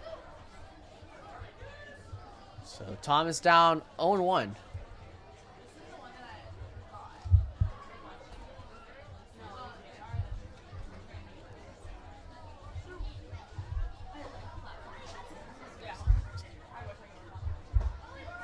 On swing and a miss there by Thomas.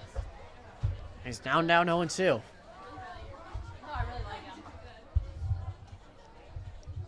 He comes from an athletic family. His dad, Milton, played football at San Diego State, and his brother, Anthony, also plays baseball collegiately for Colorado Christian. Good D2 school. Pitch on the way to Thomas. Fastball upstairs. It's rung up for strike 3. Wow, what first inning of work for Joseph Perez, striking out the first 3 Riptide batters he faces. We're heading into the 5th inning. Riptide still lead over the Pirates 6-1.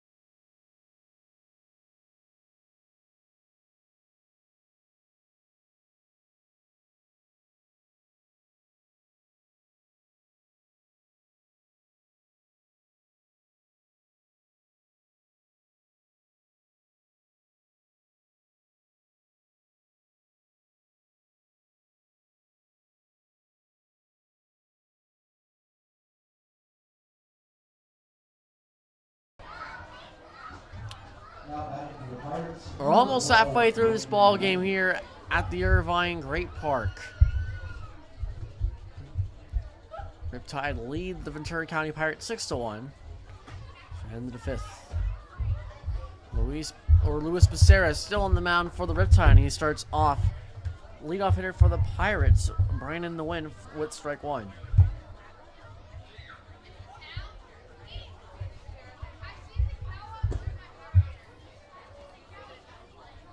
Fastball away, ball 1.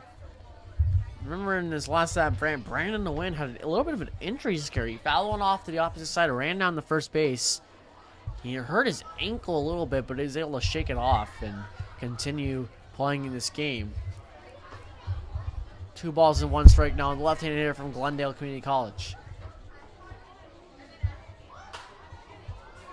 This one's flied into left field foul. Over to third base concourse.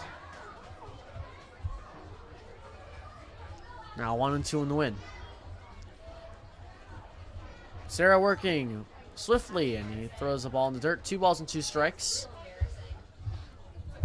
Brandon the win is a high contact guy. His career at Glendale in 2 seasons combined average of .364. He hit .344 last year as a sophomore. Oh, swing and a miss by Brandon the win. Luis Becerra gets his 5th strikeout of the 9th as he sets down the win for the first out in the 5th inning.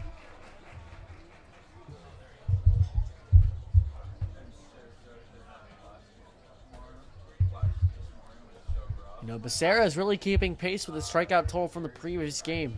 You know, as many innings as he pitches, he'll have the same amount of strikeouts, and he's done that so far. If he can complete this inning without having another strikeout, be 8 total innings and 8 strikeouts on the year for him.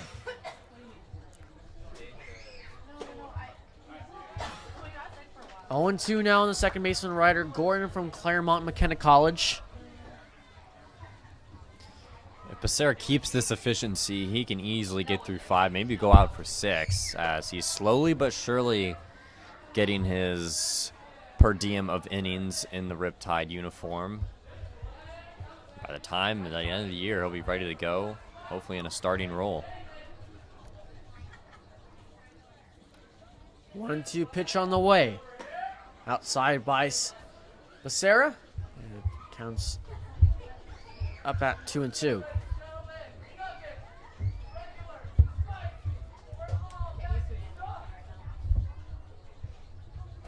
Swinging and a miss. Another strikeout from Luis Becerra. He's upping the total now. 9 strikeouts on the season for him. 6 today. Now batting number 14, Burley Brown. And he's really mowing through this bottom half of the Pirates lineup, Jeff. 4 strikeouts on these bottom 3 hitters so far, and he's not finished completely. Here's a 9-hole hitter, Brody Brown.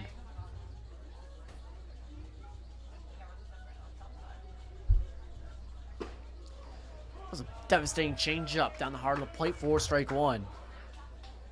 The confidence is there for Becerra right now, and you can easily see it. He's stepping on the mound quick, getting ready to go. The hitters are on his time. Becerra gets a high fastball call for strike 2, 0-2.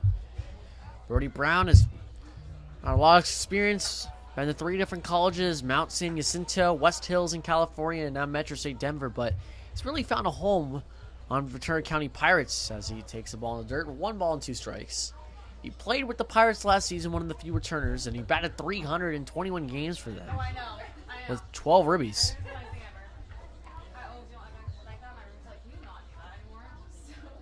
1-2 pitch on the way, and it's strike 3 called. Luis Becerra strikes out the bottom of the Pirates order and strikes out the side as well in the 5th inning. We're heading in the 6th, or excuse me, bottom of the 5th inning. Riptide still leads 6-1.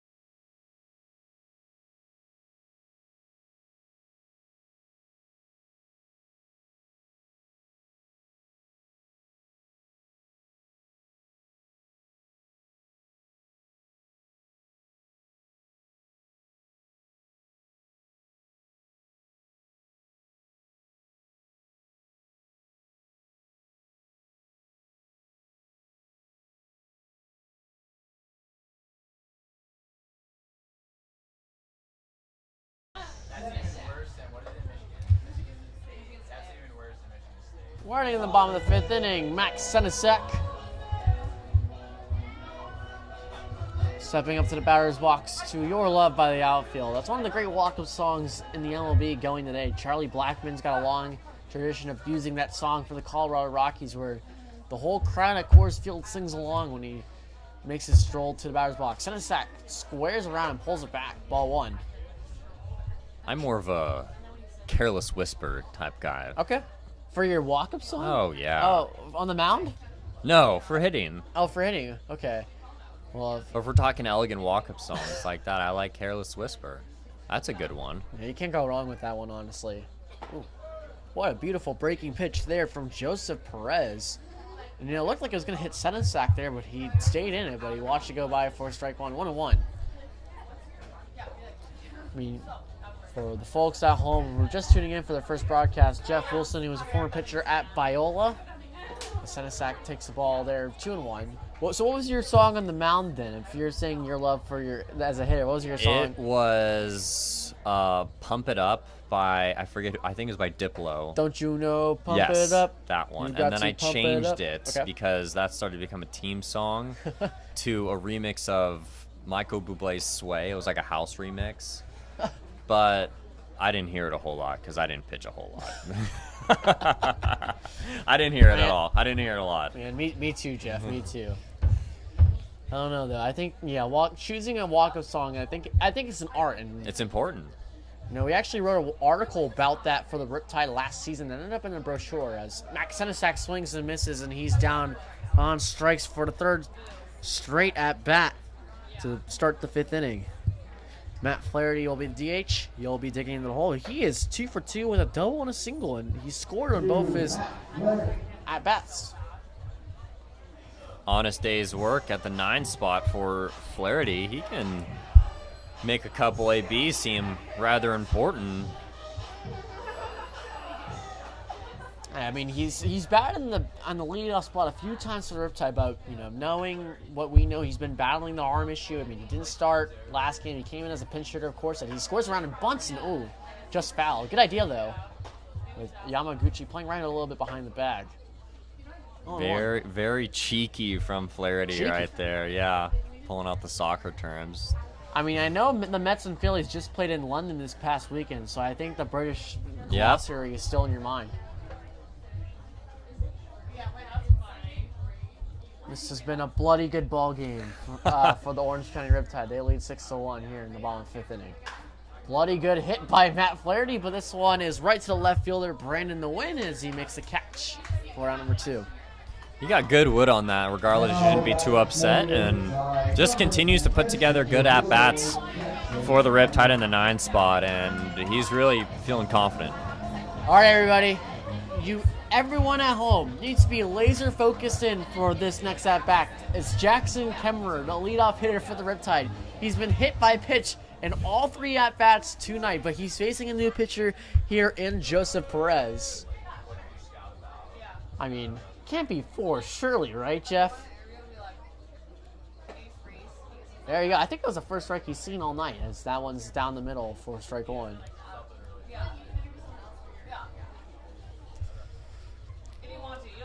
He stole a base back in the first inning. He scored on his first 2 plate appearances. Didn't score after he was hit by a pitch for the 3rd time. 0-1 pitch on the way to Kemmerer's upstairs for ball 1. They're continuing to pitch Kemmerer away. I wonder why. Maybe they don't want to go inside.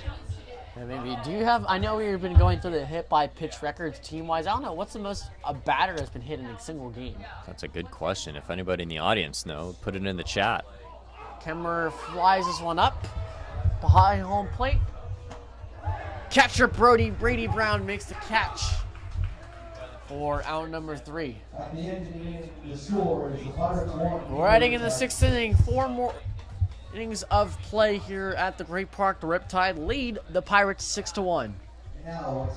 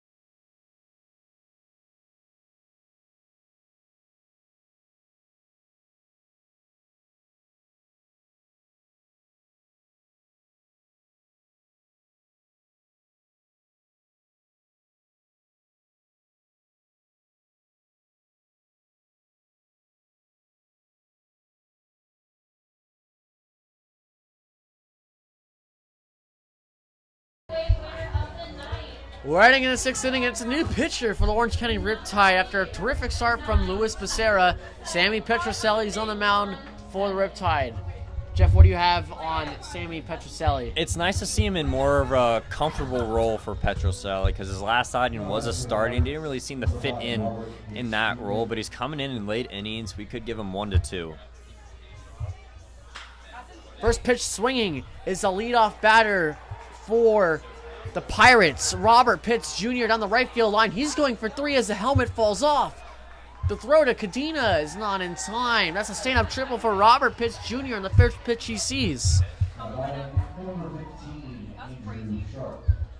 know we hear the unwritten rule of when a relief pitcher comes into the game, don't swing at the pitch. But Robert Pitts Jr. saw a pitch he liked, and he just turned and burned. Yeah, and exactly that. I don't think that was necessarily a bad pitch from Petroselli. I think that was high and away. It's a good strike to really start off your at-bat, but Pitts was really hunting that pitch, and he made great contact to hit it down the right field line for a triple. And now Andrew Sharp, the designated hitter, is standing in, and it gets by Senesac. Here comes Pitts to the plate. Senesac underhand tosses to Petroselli, and it's not in time. Very close play. But Robert Pitts Jr. comes home the scores on the wild pitch, make it 6-2 Riptide. Robert Pitts Jr. is just continuing to do crazy things on the base paths, and anytime he's on base, he just makes a big difference in the game. Yeah, it's really been him and Sean Yamaguchi have made a kind of a dent in the Riptide's pitching staff so far. Angelo Alman's also been hit on base twice, but both a hit by pitch and a walk for him. He stands on deck as Andrew Sharp watches that second ball in the dirt. 2-0. Yeah, Petroselli did start that game against the Arroyo Seco Saints, who are still undefeated, by the way, 3-0. It's a tough situation to throw a soon-to-be freshman in there. Shot for second baseman Johnson feels it cleanly at his position for out number 1.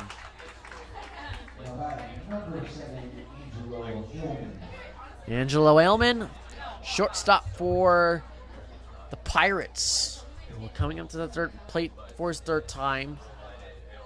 He was hit by a pitch back in the first, and he walked back in the third inning.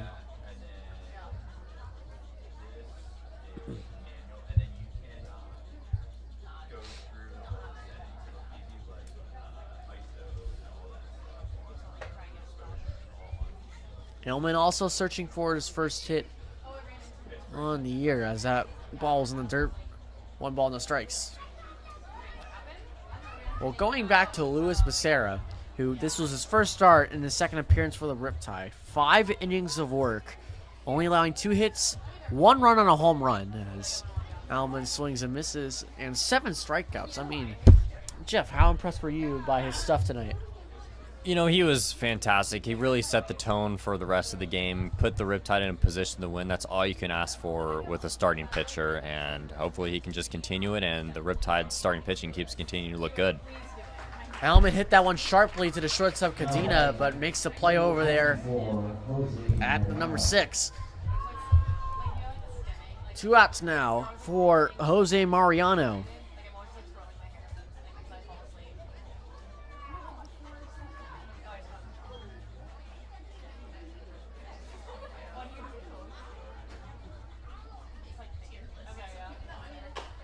Mariano hits this one off home plate, and it's going to go foul.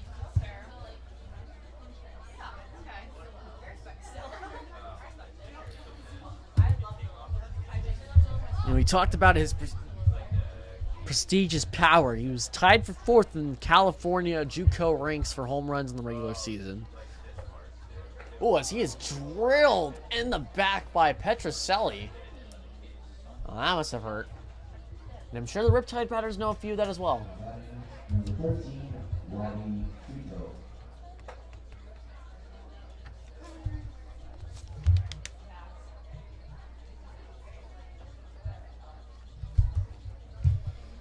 Well, that's the second hit by batter tonight for the Pirates. It's at 7 between 2 teams. American League tied an American League record. Yeah, we're coming up on that mark between, the Major League record. As I'm not sure if that was I think that might be a pass ball on Senesac. It looked like it hit his glove, no dirt.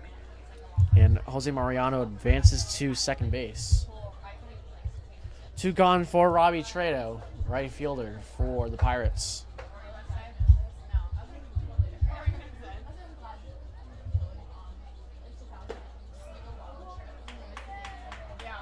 Strike 1. Called on Trado. He had limited action at Cal State Monterey Bay. Only started 5 games, played in 10, but his stats were good. 286 average with 2 home runs. 1/3 of his hits were the long ball.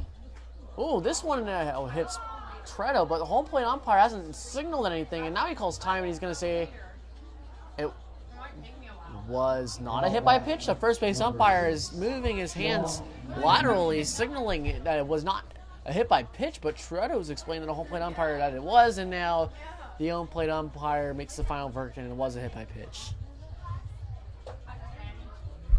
So right at the hands, Trado was hit, and now shot Yamaguchi. You're already homered in today's game to right field.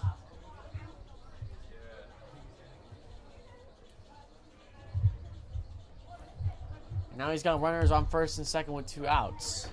Yeah, with 1 swing in the bat, he can make this game really interesting. 1 ball, no strikes from Aiea, Hawaii. The 5'10" soon-to-be freshman. Making the trek all the way over to Southern California to play his collegiate summer ball. Strike 1 called on the outer part of the plate. 2 balls, no strikes. It's interesting, too, if you look at Yamaguchi's setup, he has a leg kick. Not too big, but his front foot kind of steps off to the side, but that's what happened on this home run hit. It was a way fastball, and he hit it away, and he still hit it out. 3 balls and no strikes now on Yamaguchi, as the pitcher is starting to kind of begin his warm-up process in the Riptide bullpen.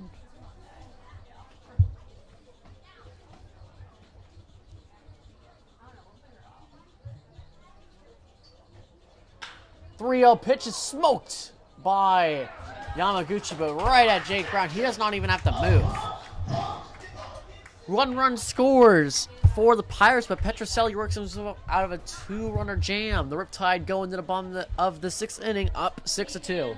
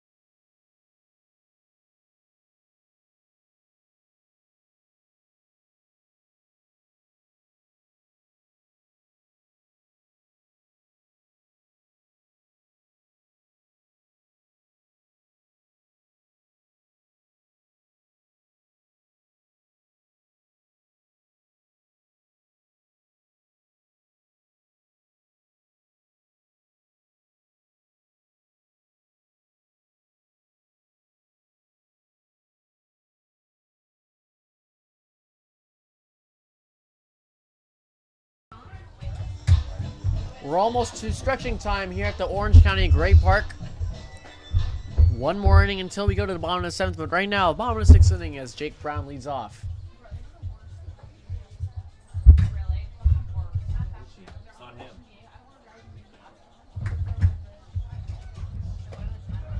First pitch on the way from Joseph Perez is in there for strike one.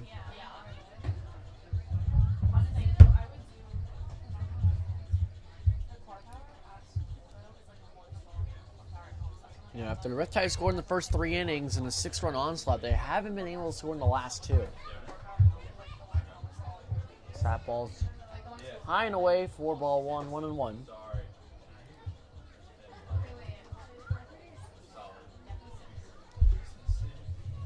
I mean, what have you seen from either the Riptide or Ventura County that have really put a stop to the Orange County offensive slaughtering in the first kind of 3 innings?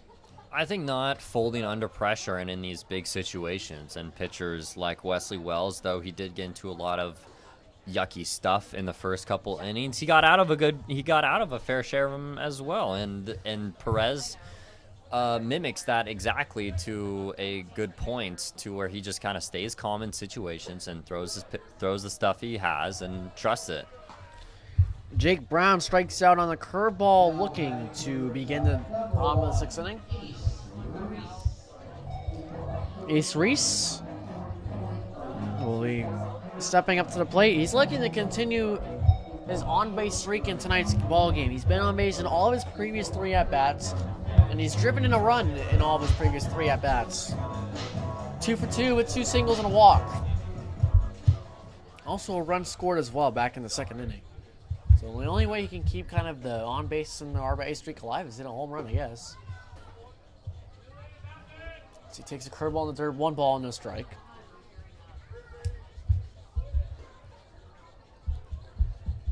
Reese made an odd start in left field in the last game. He's been playing first base for the rest of the season so far.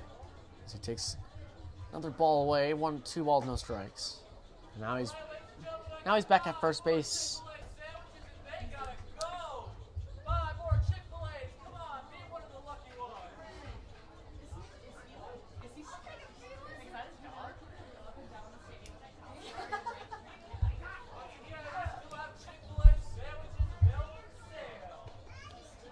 Off speed in there for ball 3. It looked pretty good, but the catcher, Brown, was not able to catch it and stick it.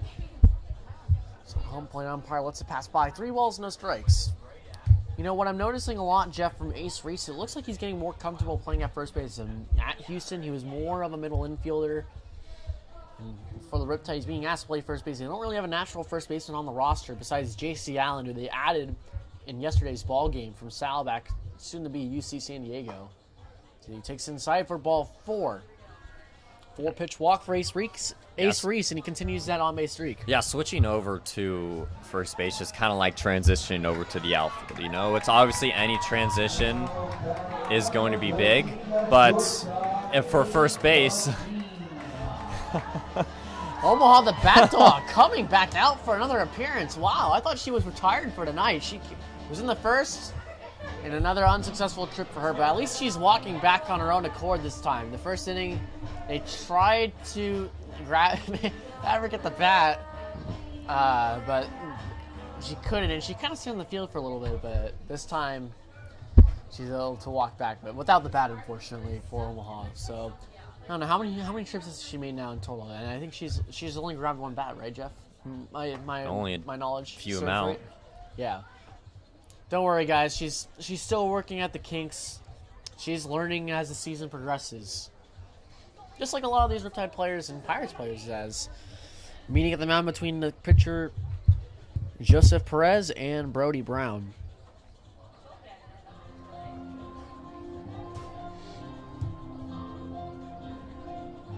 I think they're really just trying to discuss how to attack Nathan Cadena. He's 1 for 2, 2 RBIs and a single so far, and a walk.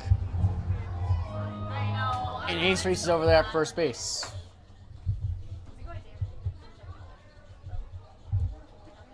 Double barrel action in the Ventura County bullpen. A righty and a lefty warming up for the Pirates.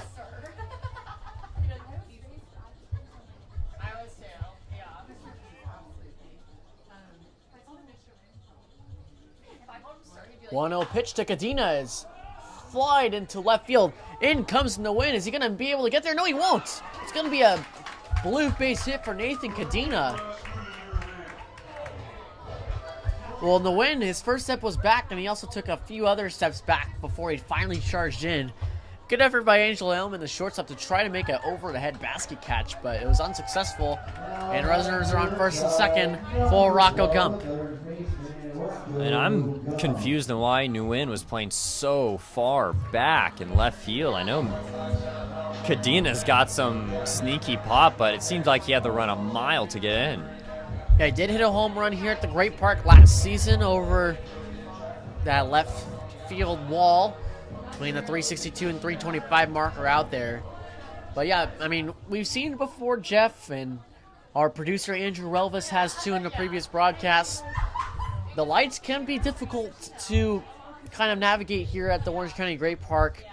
And I mean, that wasn't the worst read I've seen here at the Great Park in terms of just kind of reading the lights, when the windman might have thought that was way further back than it originally was. Wild pitch in the dirt. Catcher Brown can't find it, and Reese and Cadena both advance a base. Runners are on second and third with one gone.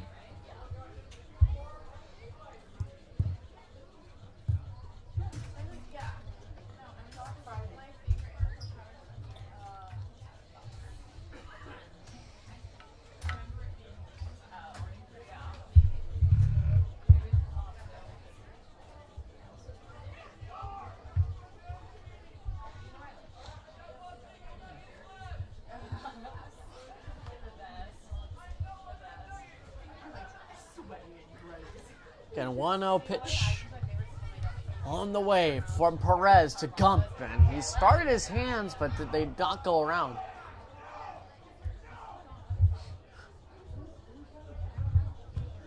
Some fans very vocal about that excellent take there by Gump. Another Little League here in the house tonight at the Orange County Great Park, Trabuco Canyon Little League.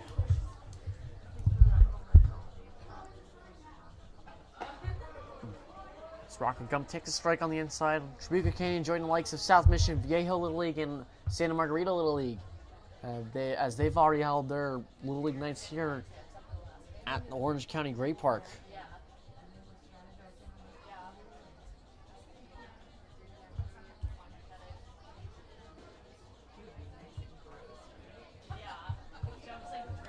This ball is past the catcher Brown.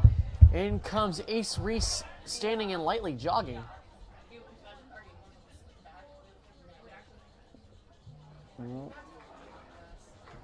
Jeff, do you know what was just called? I mean, the home plate umpire was signaling something, but I honestly couldn't tell. Could have been a balk. I guess that honestly makes sense. That's why I think he was signaling the runners to advance anyways. So Ace Reese does come around to score. And Cadena moves up to third. So runner on third base, 3 balls, 1 strike count on Rocco Gump with 1 gone. Riptide now lead this game again by 5 runs, but it's now at 7 balls and 2 strikes. Or sorry, excuse me, 7-2. This game's been wonky, folks. I mean, it's messing with our minds a little bit here. Riptide leads 7-2. 3-1 pitch on the way to Gump. Line in the right field. It's a base hit and an RBI single for Rocco Gump.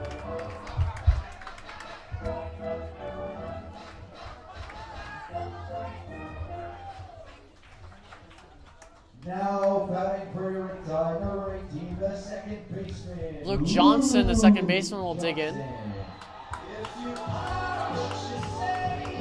Gump advances to second by way on a wild errant throw by the right fielder Robbie Tretto. So they get out the double play there. He did very good, Jeff, on that 7-2 count pitch. Just joking. That was a 3-1 line drive to right field by Gump. I'm really liking Gump's swing. It's very fluid. He can hit the kind of all parts of the yard. You saw it yesterday, opposite field, winning base hit, and then he pulls one to the right side. Now we're going to see a meeting at the mound. Again, there's 2 pitchers warming up in the Ventura County bullpen, but now only a left-hander getting warmed up. The next lefty in the Riptide lineup is Matt Flaherty, the designated hitter, and he's batting all the way into 9-hole. They got 3. And Flaherty, 3-hole hitter Reese, and Gump, who's batting in the 5-hole. This mound visit by the Pirates brought to you by Belden Hutchinson.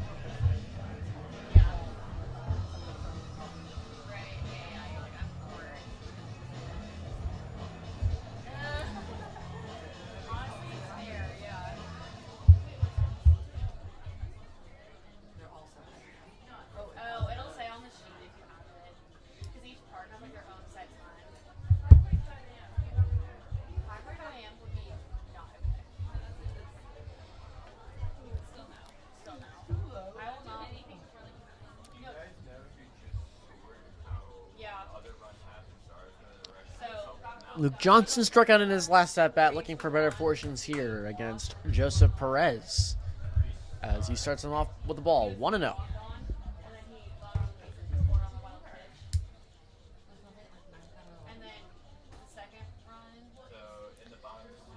In Johnson's senior year at Santa Margarita Catholic High School, the Eagles won the very acclaimed Trinity League, and they won the Division I CIF Regional Championship as Johnson fouls that one off. 1 ball, 1 strike.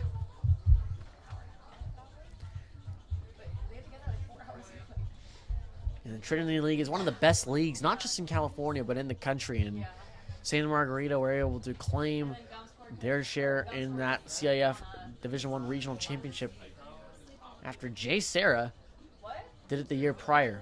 In 2022, they're rivals in the Trinity League. It's a hot take, the Trinity League being the best. Take a look at all the talent that's come through there. I know, Jeff, you're as Johnson swings and misses 1 and 2. I know you're not an Orange County guy, and maybe I'm a truther, but I have no dog in this fight. I went to Tribuco Hills High School. That's a public school. In CVU and South Coast League, they switched, but think of all the schools that are in the Trinity League. You got Servite, you got St. John Bosco, you got Mater Dei, you got Santa Margarita, you got Jay Serra. There's so much talent in that league in terms of football, baseball. So that ball's in there, and it's past the catcher Brown. He has to hustle to that one. That got away from him quickly as Rocco Gump moves over to third base. I'll agree with you on football. I feel like football, they have good power. Football is for sure the best football San conference. Diego, I don't know. They've Diego. got some great teams down do. there and that can really compete and ball out. I know East Lake is usually pretty good. Torrey Pines, I think, as well. There we go. You're just scratching the surface. I know some guys, some legends coming out of East Lake. Adrian Gonzalez. Yep, Ring a bell. that's right. Marcelo Meyer. Yep. Did you play against him in your time? Oh goodness, no. I'm glad I didn't. Oh yeah, that kid's legit. He was the #1 prospect, I think, just in the country as a high schooler. I played against Nick Allen at Francis Oh, yeah. Parker. Johnson fouls one off. Yeah, Nick Allen. Yeah, Oakland A's. Yep. He was drafted out of high school guy, right? He stole was what to have been my first ever varsity hit my junior year.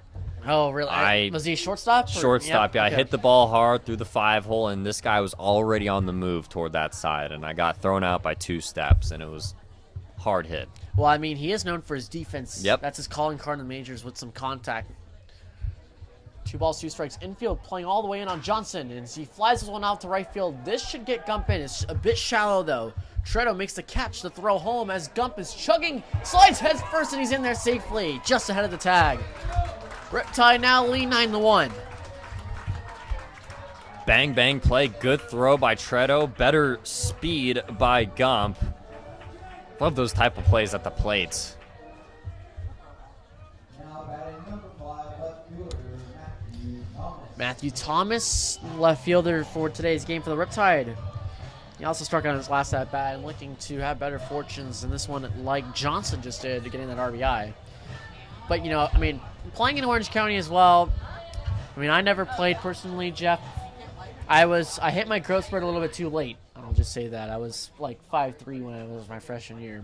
So I ended up being the team manager at Tribuco Hills High School for all 4 years at varsity level as Thomas swings and misses 4-strike-1. And Tribuco, we were pretty successful. my senior year, we won the league without a shadow of a doubt. We went to the CIF Finals Division II, where we just narrowly came up short against Thousand Oaks, which they had a good lineup. Max Muncy on the A's, Rock Riggio from Oklahoma State, drafted by the Yankees, Charlie Somm over at Stanford as well. But, going through Orange County, you've seen a lot of good ball players come through there. As Thomas takes the ball 1-1. Thomas is one of those guys. We never played Cypress, but Cypress is always the public powerhouse in Orange County. They produce a lot of good ball players in the major leagues. A lot of them go on to play their career at D1 college for most of the part. 1-1 on Thomas, and he flies one out to center field. Loud crack of a bat, but this one is going to stay in play. Pitts Jr. camps on this one and makes the easy catch for out number 3. What an inning for the Orange County Riptide. They get 3 runs to boost their lead to 7. It's 9-2 as we head into the top of the 7th inning.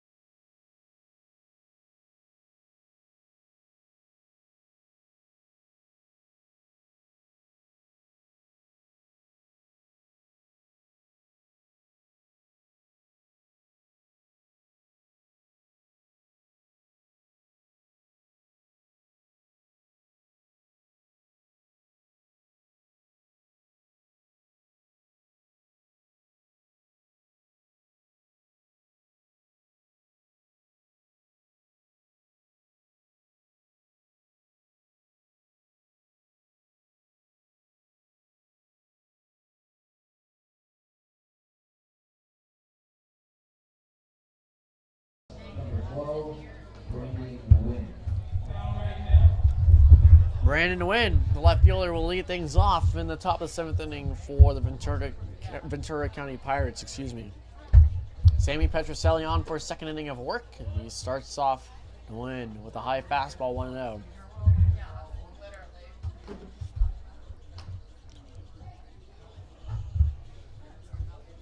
The Wynn swings and misses, takes a big cut of that fastball from Petroselli, 1-1. I mean, Sammy Petroselli, he's going to be a freshman at Stanford next year, but that fastball can top out at 96 already. And that's 2 balls and 1 strike. And I'm assuming he's 18. We don't have birthdays here for the Orange County Riptide, but that's what I'm assuming his age is going to be. But it's kind of nuts when you can top out at 96 as an 18-year-old. 3 balls and 1 strike. All been fastballs. Just got to get that control a little bit under himself now. You know, it's just important. Yeah, it's cool that you're sitting 90, 96, topping that, but you got to stay healthy. It's super important how he treats his body and how his arm moves. And this is one of the things I was talking about with Coach Spencer down there in the pregame, and I asked him about why there are so many injuries going around the league. Spencer Strider, Tommy John, Walker Buehler just coming back from it. And he pretty much said simply, it's everybody, every pitcher is throwing that fastball with 100% their effort. You know, there's no more Greg Maddoxes in the world trying to locate, and throw with just 80% intent, which I feel like a lot of starters should be doing more. It's just it's so much more powerful and so much more usage of the body, and that turns into a lot of strain on the body and the strain on the elbow. And if your mechanics aren't on time, it can really, really hurt your arm. Well, I mean, honestly, as Ryder Gordon takes a strike, that's going to be a pinch hitter for Ventura. It's not Ryder Gordon anymore. It used to be second base. It's going to be Gabriel Juarez. Number 33, 6'2", 235 out of Glendale as he swings and misses. 0-2 on him. Before today, Juarez had the only home run for the Pirates this season. Can definitely do damage on one pitch. 0-2 on Petroselli. The fastball just misses upstairs, 1-2. But if you take a look, honestly, at some of the pitching leaders this year in the MLB, a lot of these guys, they're more control artists, especially Ranger Suarez. He's having an excellent year. Shota Imanaga as well. These guys, they don't throw too hard. They can kind of spot their things or their pitches well. And it's a little bit of a mix between some high velocity guys. Says, ooh, that's a nasty swing and a miss there. Well, batter's out. Home plate umpire calls it as is. I wonder if that's a hitter interference, maybe. I wonder, because the ball went straight to the backstop. Well, he swung, and since first base was occupied, that's why the batter is out. Thank you, Jeff. Of course.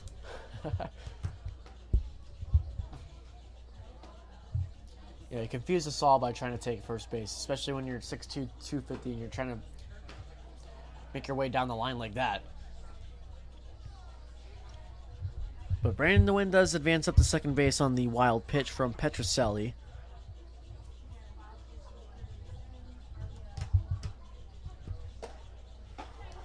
First pitch on the catcher, Brody Brown, is away for ball 1.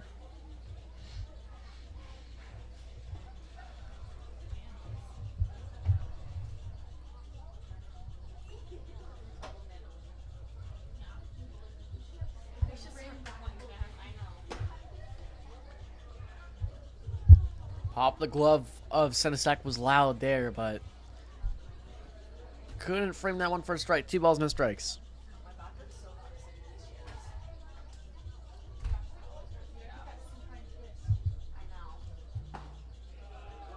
Strike 1 called for Petroselli. Fastball down the middle is 2-1. I don't know if you saw that, Jeff. That was weird. The lights kind of went out for a second, or now they're back on in all the other baseball and softball fields here at the Great Park, giving our broadcast a little bit more of a backdrop. Swing and a miss there by Brody Brown. I'm sure our producer, Andrew Relvis, really appreciates the lights going on in the backdrop, making a nice scene for our viewers at home who could not make it to Irvine for tonight's game. Threw a complete game on that field in left field. Did you actually? Wasn't in college, wasn't in high school, it was in my adult league. So not much Wow.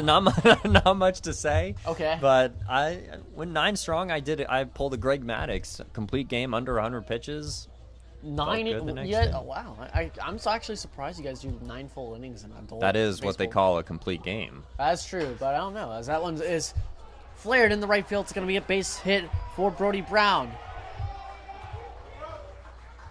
Brandon the Wind stays put at third base. Runners on the corners with 1 gone. Number 5, Robert Pitts Jr. Well, here comes one of the most dangerous hitters in Ventura's lineup, Robert Pitts Jr. As Ace Reese hands the ball off to Petroselli. It looks like pitching coach Brian Evans is going to come out on the mound for the Riptide here.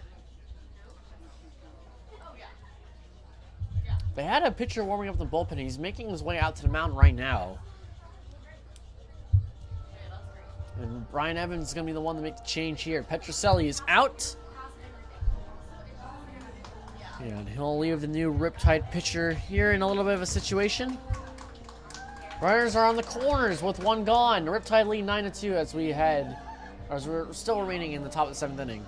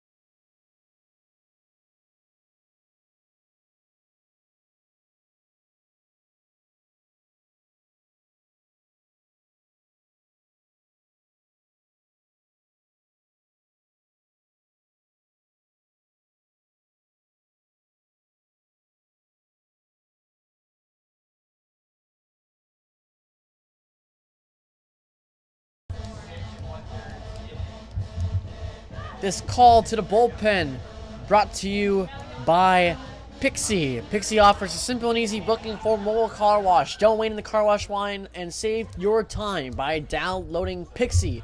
Cohen Thomas from Santa Barbara Community College on the mound for the Riptide. Jeff, what do you have on Thomas? Colin Thomas, really classic, good reliever coming out of Carlsbad. What can I say about Carlsbad, man? Good, solid 2-pitch mix. That's all you need as a reliever, though. He really likes that fastball, throws it 72% of the time. But that slider is what we'll see in those counts that he really wants to get ahead and stay ahead. 52% strike rate with that 56% miss rate last year at Santa Barbara. 1-0 pitch on the way to the center fielder. Robert Pitts Jr. flies one out to Brown. This should score the runner from third. Tagging is Brandon the Wind. The throw home is not in time. Cut off by Ace Reese, and that's a run for the Pirates. Now batting number 15, Andrew Sharp.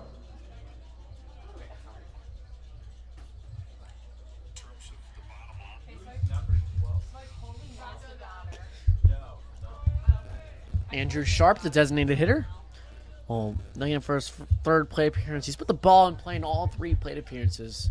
Flown out twice, ground out once.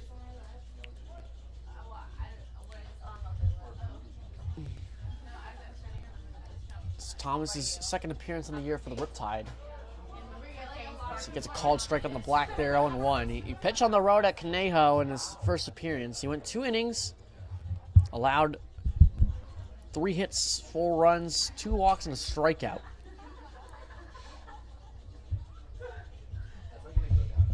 Owen pitch on the way by Thomas. That's a beautiful slider in there. 4 strike 2. Well, like Jeff mentioned, he throws that over just barely over half the time for strike, and that was a beautiful one. Backdoored it. No. Not yet.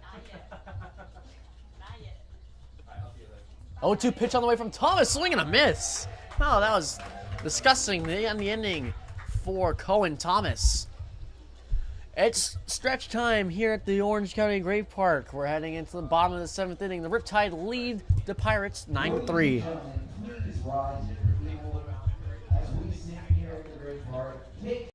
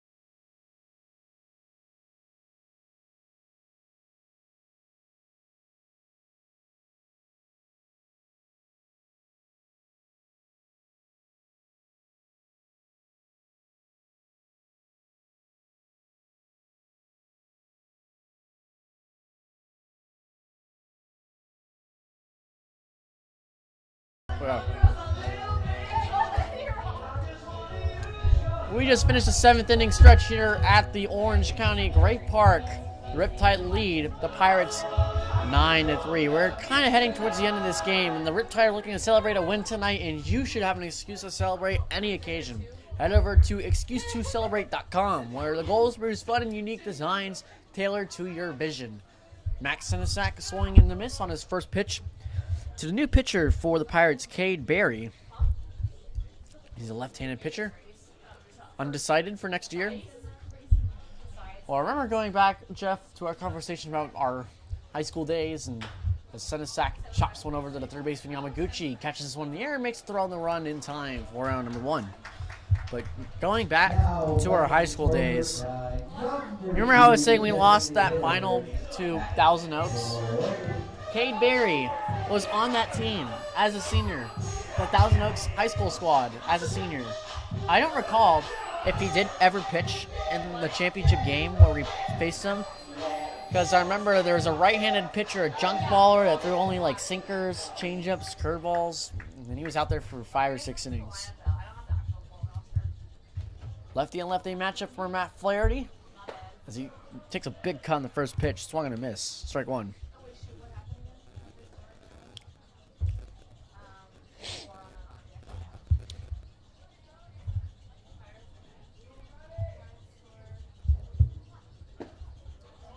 Flaherty takes inside, 1 ball, 1 strike.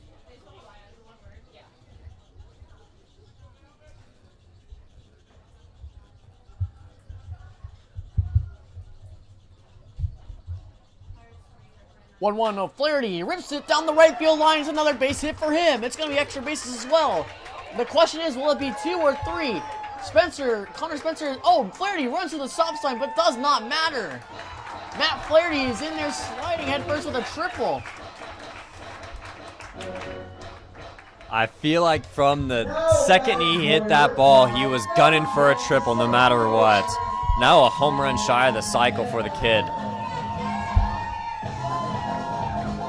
Yeah, I think Flaherty was too, and I think it definitely helps that he got a favorable bounce off the wall that kind of scooted away from the outfielder Robbie Trado.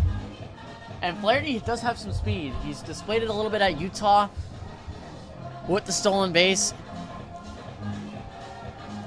Now, Matt Flaherty has stolen 16 total bags at Utah, 13 his freshman year, 3 his sophomore season, so he's got the speed. Jackson Kemmerer, the leadoff hitter for the Riptide, and at the plate as he takes strike 1 down the middle. Of course, Kemmerer has been hit in his first 3 at-bats, in the first 3 innings, and then he popped up to the catcher in the 5th. 0-1 on the way. Breaking ball, curveball, backdoor Kemmerer, 0-2.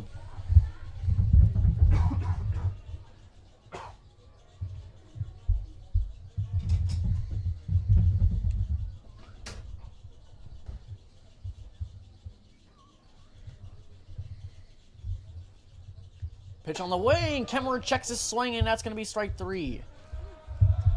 That was another backdoor curveball. Excellent execution by Cade Berry.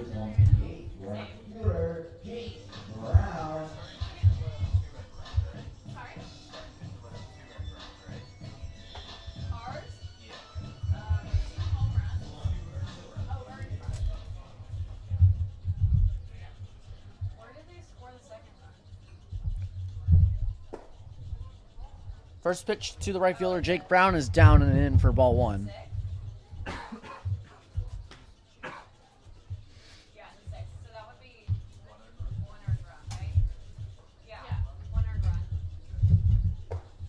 Brown gets a curveball there and down the heart of the plate. 1 ball, 1 strike. Jeff Cade Berry's curveball is really working for him so far. Besides, obviously, the Flaherty triple, but he's been able to get out of this tough jam. Almost there. Yeah, no, it's special right now, and he can really locate it, as I say that as he lets loose, it slips out of his hand. But, you know, in those type of situations, in a 2-1 count where you just slip the breaking ball, it's more all the reason to go back to it, because as a hitter, you're not expecting him to throw that. He just totally just botched that pitch. Well, I think it's also amazing when you can execute a backdoor curveball to perfection. Looked like he was trying to do that again there, but it slips out of his hand. 3-1. Yeah, he was able to backdoor that twice on Kemmerer, and he's trying to do it again on Brown, but hasn't found the grip here in this at-bat for it. Riptide have 11 hits on 9 runs. Ooh, that one's absolutely ripped towards the Riptide dugout.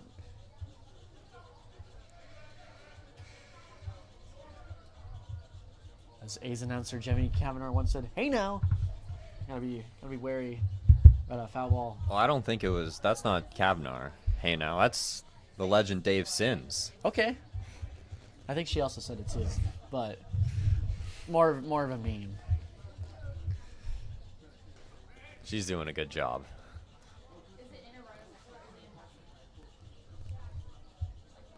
3-2 pitch on the way to Brown. Swung and missed in the dirt. Doesn't even attempt to run the first base. Brown applies a tag, and that's going to be the end of the 7th inning. Matt Flaherty's triple doesn't come to fruition for the Riptide. He's left stranded. As we're in the top of the 8th inning, the Riptide lead 9-3.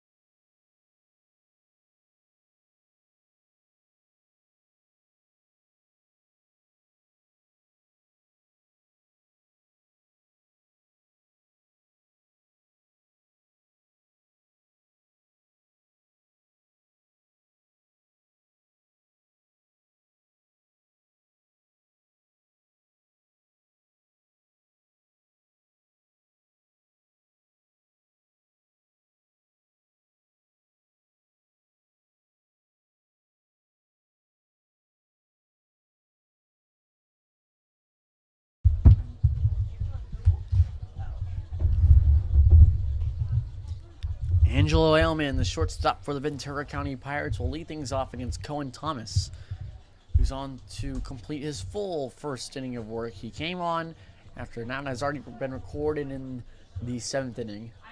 He's pitched 0.2 of an inning so far. First pitch on the way. Ooh. Inside on Ailman. 1 ball, no strikes.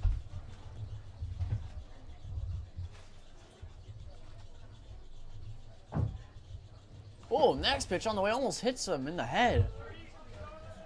2 balls, no strikes. Salmon, I mean, shaking it off. It's tough to shake off a pitch like that when it comes up right at your grill, Jeff. Well, chin music action. I mean, that's the pitch as a pitcher, and you need to have in your arsenal at least to send a message. But and Cohen Thomas, I think, just balked. 3 balls, no strikes. Yes, he did. Not sure what was up there. I think maybe his footing wasn't completely set as his whole lower body went, but his upper body didn't. 3 balls, no strikes.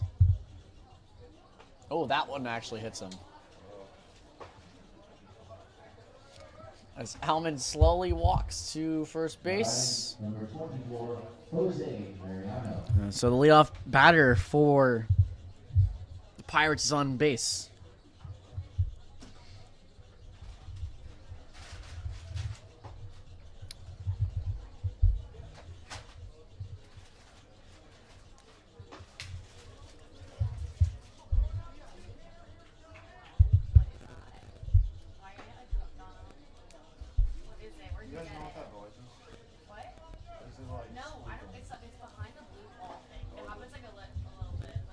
First pitch on the way.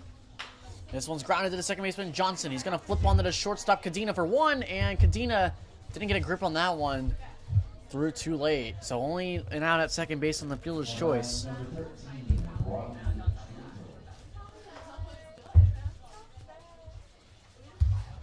Robbie Trado, the right fielder, will dig in for his 4th at-bat in the ball game, and I bet he's where he was hitting his last at-bat.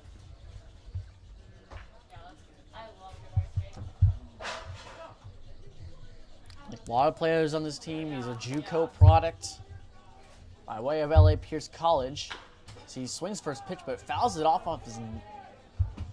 his leg. He does have a leg guard, but I'm not sure if it hit the leg guard or missed it.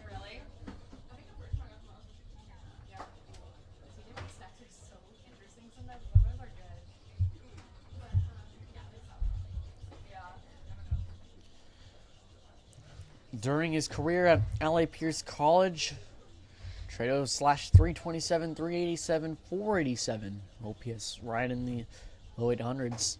It's also perfect on his fielding attempts. Second pitch on the way to Trado's down in the dirt for ball 1-1.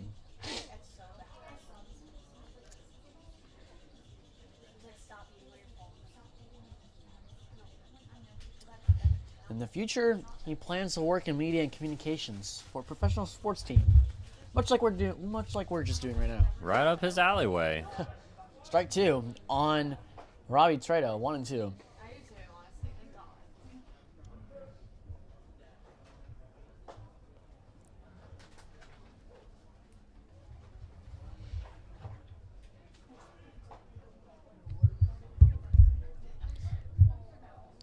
Ariano on first base. This one's hit up the middle. This is an easy double play ball. Johnson boots it. Cadena can't field it, and they run into each other.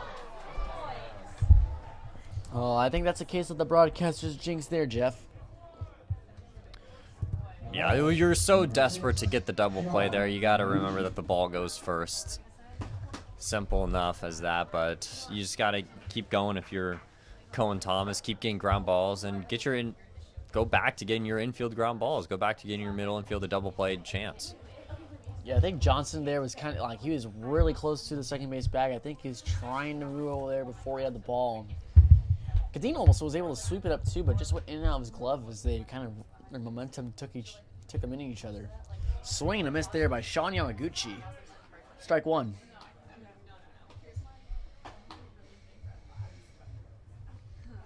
Yamaguchi, of course, hit that home run in his first at bat back in the second inning. Just snuck over the right field fence, right underneath the scoreboard, the 5-point scoreboard. 0-1 pitch on the way from Thomas. Another breaking ball just misses inside, 1-1.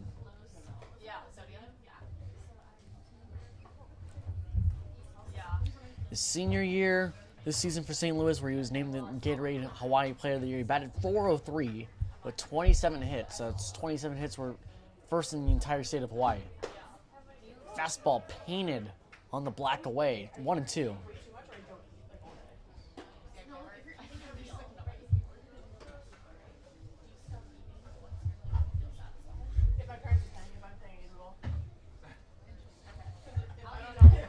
Mariano at second base, Trado at first. Curveball in the dirt, good block by Senasac. It's 2 balls and 2 strikes.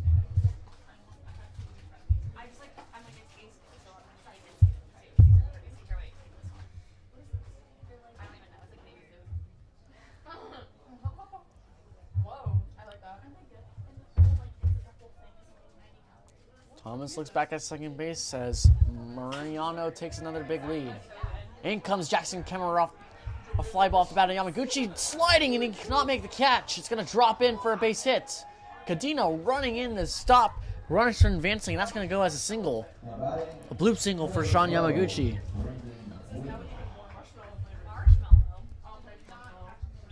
Well, that's a very tough play for Jackson Kemmer out there in center field to make, and he laid out full extension but could not make the grab. I mean, he's been a tremendous outfielder all season so far for the Riptide.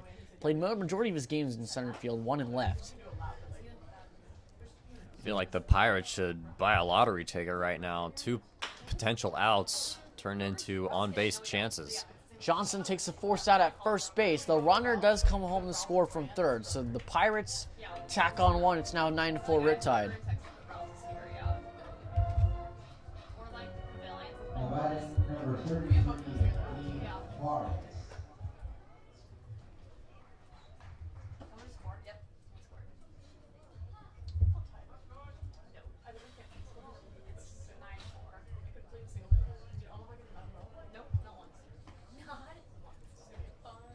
New pinch hitter in for the Ventura County Pirates is Ethan Gonzalez.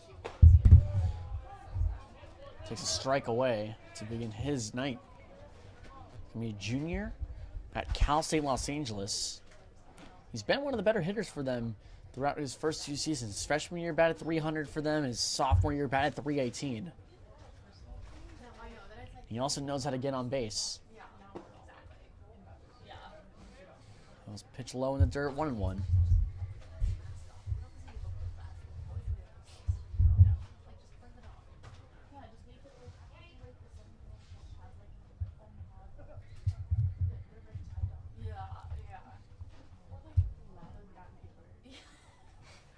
1-1 pitch on the way from Thomas is smoked to center field. Kemmerer chasing back. It looks like he's there. He's going to make the catch to end the inning. So the Pirates do get a run on a ground out, but Cohen Thomas works out of trouble. We're heading into the bottom of the 8th inning for the Riptide's potential final at-bats in this game. They lead 9-4.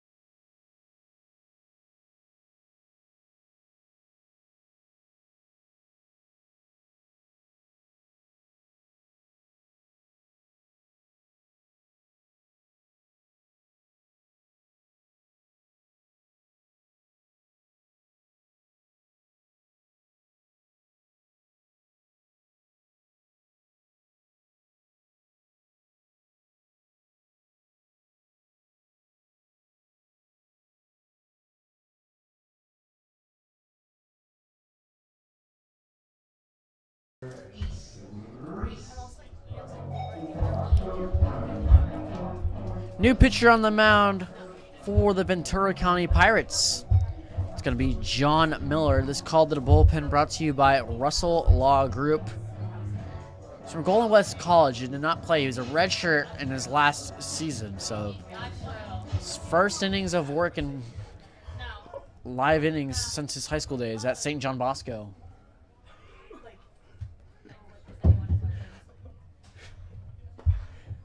First pitch on the way to the 3-hole hitter Ace Reese is down in the dirt for ball 1.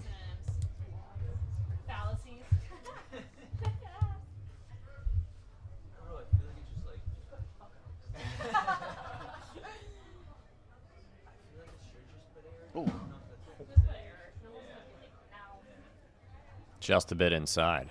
I guess so.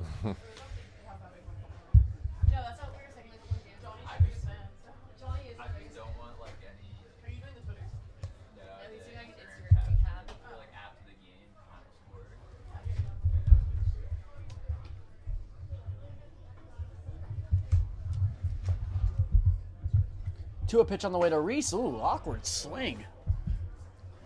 Oh, it looked like that must have been this change up there. He's way out in front of that one. 2-1.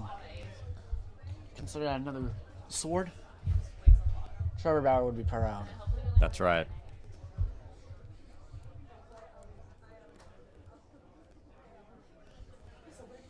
Two and 1 from John Miller. This one's a bit upstairs. Ace Reese is now in a great hitter's count 3-1.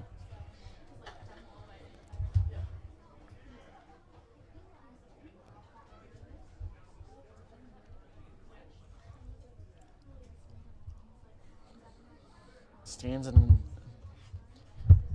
imposing 6'5" on the mound, 245 pounds. Pitch to Reese is upstairs, ball 4.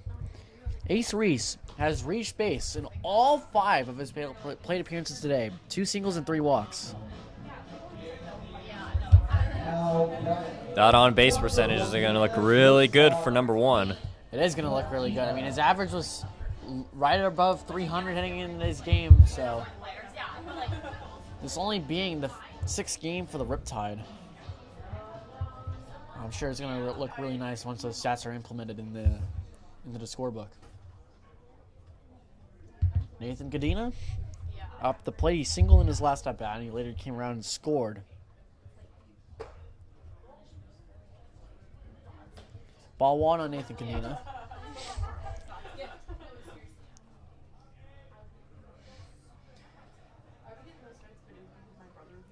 Cadena went to El Dorado High School. They've had a lot of MLB alumni come out of there, including Brett Boone, Chris and CJ Crone, Dylan Moore, Golden Spikes winner Phil Nevin as well. They have a good list of MLB alumni, Jeff. Rooted indeed. He's also played in the Orange County North-South All-Star game when he was a senior back in 2021.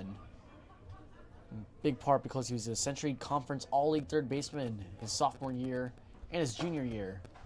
As he takes the ball upstairs. 3 balls, no strikes. He probably would have been his junior year. Sorry, he was a All-Century Conference League third baseman his senior year. Could have been his junior year, but COVID shut down that season. He's technically Nathan Cadena Jr., too. His father is also named Nathan. He was drafted by the Yankees in 1996. 3 on Reese. Miller looks back, and that curveball's in there for strike 1.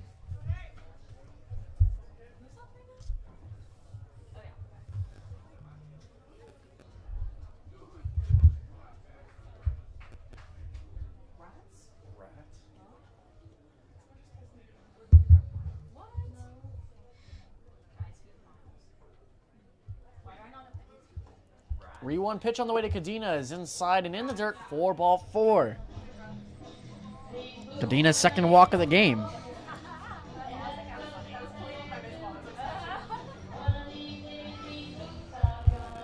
batting up the third baseman, Rocco Gump.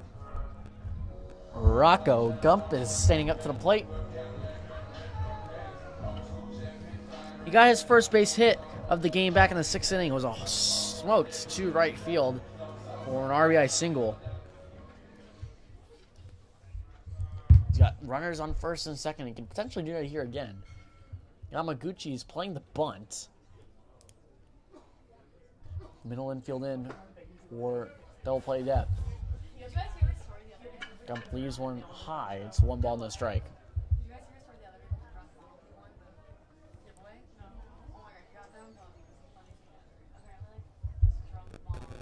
Yamaguchi backs off a little bit. He's playing in line with third base. No one holding on Cadena at first. 1-0 on the way to Gump is inside. Back pick over there to Cadena. And no tag applied. You know, Brown's been pretty aggressive with trying to back pick some of these runners here at first, here at third. But the fielders aren't really kind of in sync with him right now in just terms of covering that bag. But he's making great throws, and they're accurate. And I'm sure the Pirates are very fortunate they aren't getting away, even though kind of the third and first baseman aren't really knowing when he's going to back pick over there.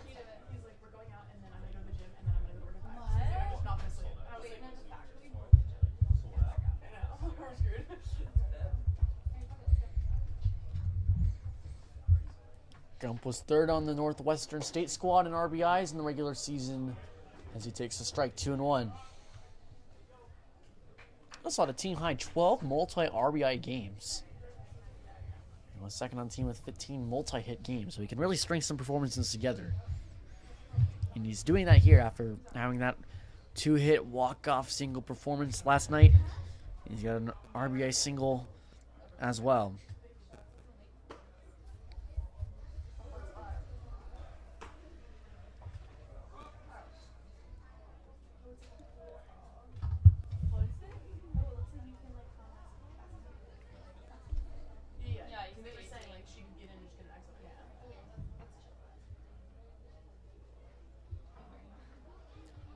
3-1 on Gump. Gadina leaning towards second. His pitch is in the dirt, and it's an easy take for Gump. Ball 4. 3 straight walks out of the bullpen for John Miller.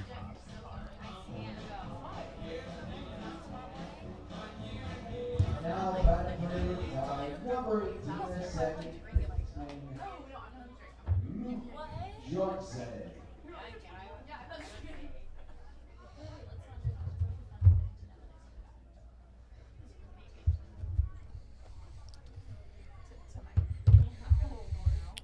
Pitching meeting on the mound between coach of the Pirates and catcher Brown and John Miller.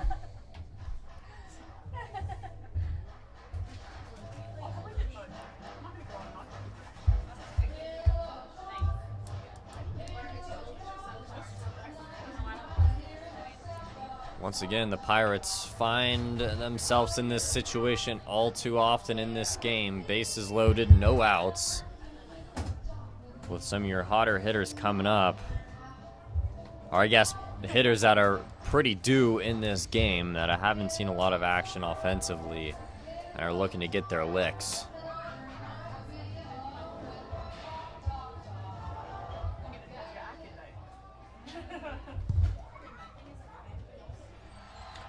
Yep. Luke Johnson has no hits today, but he does have 2 RBIs. He grounded out to a fielder's choice back in the second inning, and he had a sac fly in his last at bat in the 6th. He's due. He is due.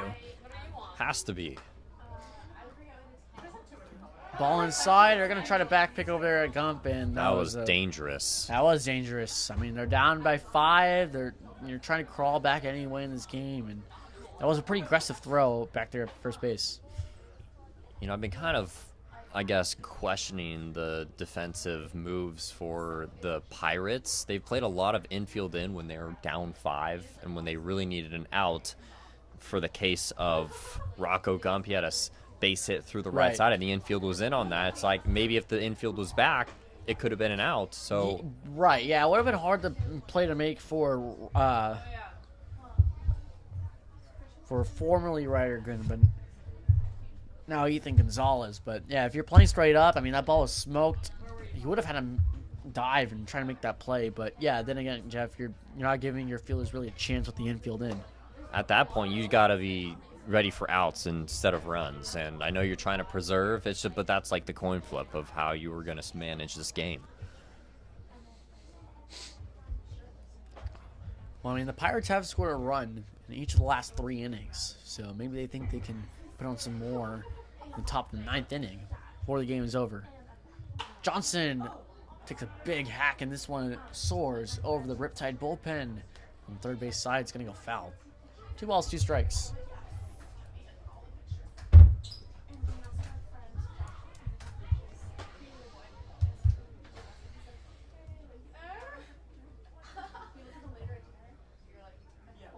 No.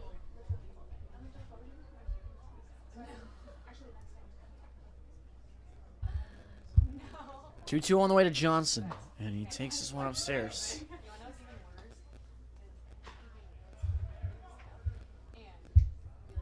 Full count now with no outs and bases loaded. We've seen this before in the early stages of this game. Walking in runs.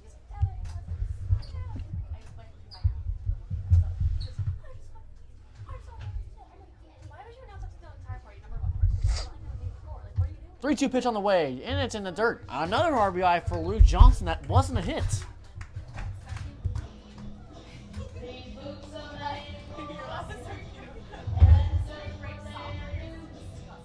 Now batting number 5, the fielder, Matthew Thomas. I mean, that's 4 straight walks by John Miller. And there's no one warming up in the Ventura County bullpen. With only 1 inning left to play for them, I mean, they're going to stick it out with Miller after he's allowed 4 straight walks. Matthew Thomas is also due. He's 0 for 4 in this game.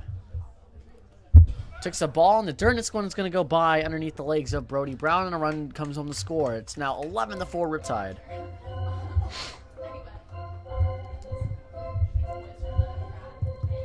mean, we mentioned in the pregame show about how the walk-off RBI single by Rocco Gump could kind of ignite something for the Riptide. I mean, double-digit performance. Their first time all season they've scored in the double figures. It's nice to be on the other side of it, too. Yes. You know, the Riptide have been susceptible to a big first inning in the past few games, but now they put some big innings together themselves as swings another ball away. 2-0.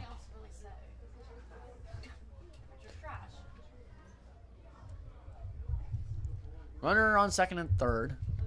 Force out's not in play anymore, thanks to the wild pitch.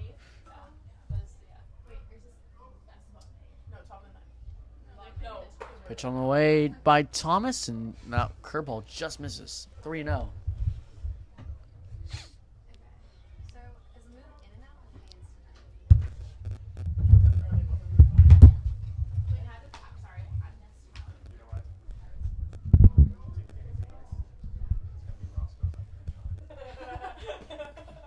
Pitch by Thomas is laid off. I mean, he was looking for the umpire to see if that was going to be called a strike.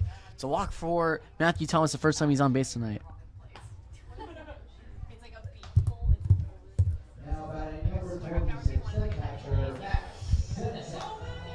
Well, look, Matthew Thomas was due. He's 0 for 4 in this game. He got a walk. Max Senesac also due. 0 for 4.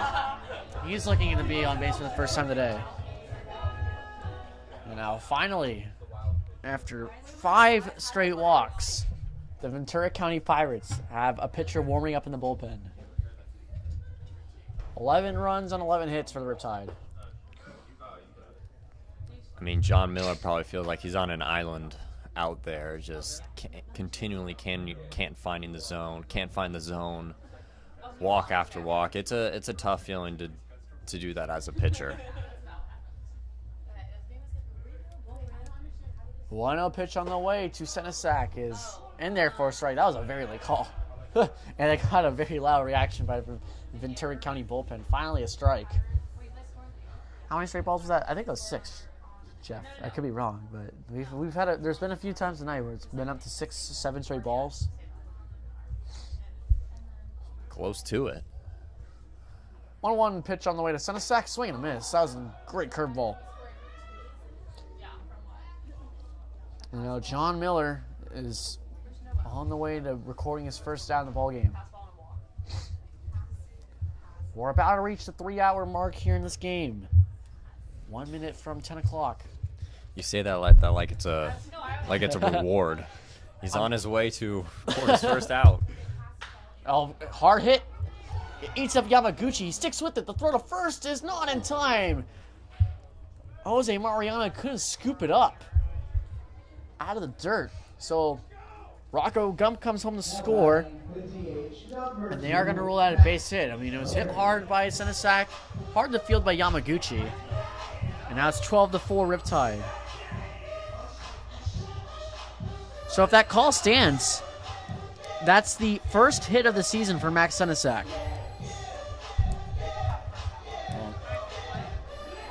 I'm not trying to be that guy though, but I feel like that's a long ways from a hit there. A couple bobbled balls and then the bad throw over.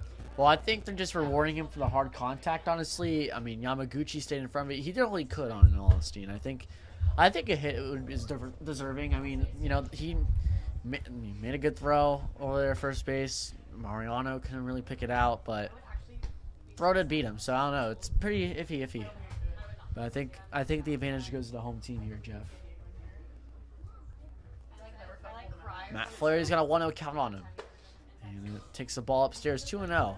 Well, Jeff mentioned it earlier. He's a home run away from a cycle. He has a double, a triple, and a single in tonight's ball game. 3 for 4 with 2 runs. He's going to be swinging for the fence here. Oh, yeah. I mean, he's been able to deliver a few long balls in the season for Utah. He hit 4 this year, 2 in his redshirt freshman campaign.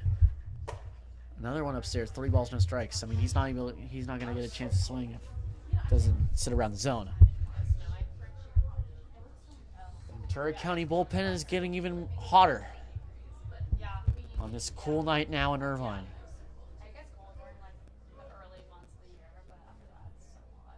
Designated hitter waiting for that pitch to rip. 3 balls, no strike on the way to Flaherty. Oh, wow. That was not even close. Bounces a fastball, spiked in the dirt. So that's Matt Flaherty's first RBI of the night.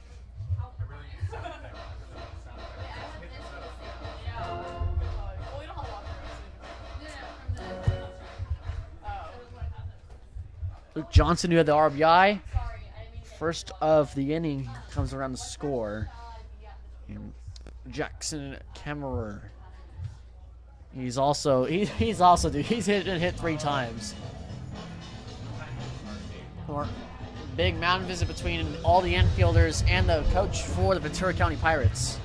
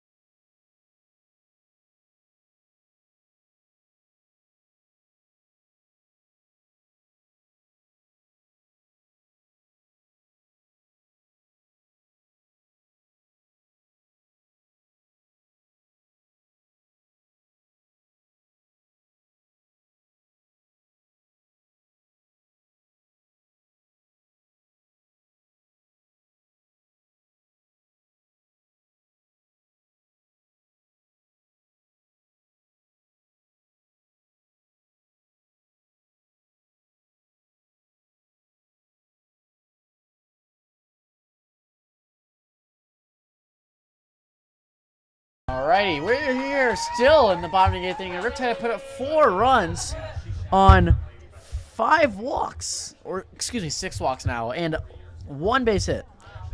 6 walks in the inning by John Miller. And now we have a new pitcher on the mound to face Jackson Kemmerer. It's Evan Jaquez.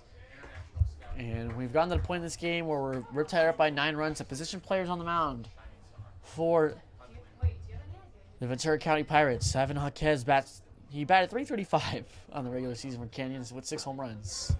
As Kemmerer takes a big hack. 1-1.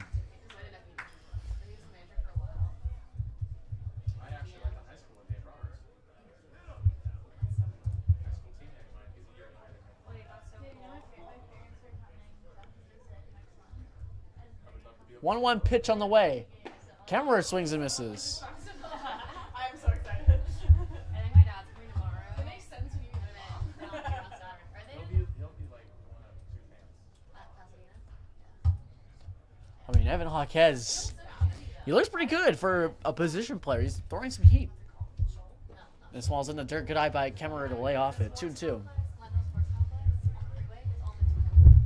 Was that a breaking ball I just saw? I think it was. I think he's got that in that repertoire. I mean, I feel like a lot of these position players have pitched at some points in their life. This is what they dream about. For pitchers, it's stepping in the box, and for position players, it's pitching right now. Well, 3-2 now as that ball's in the dirt. I mean, speaking of a renaissance, former Angels infielder and now Braves minor leaguer David Fletcher. Did you see what he was doing, Jeff? He was pitching in AAA, and he actually did well. Because he has a knuckleball. He has a knuckleball. Kemmerer swings and misses. That's the first out for the Pirates in this inning. Oh, my scorebook's about to be full after this at bat if Brown doesn't ground out for the whole play.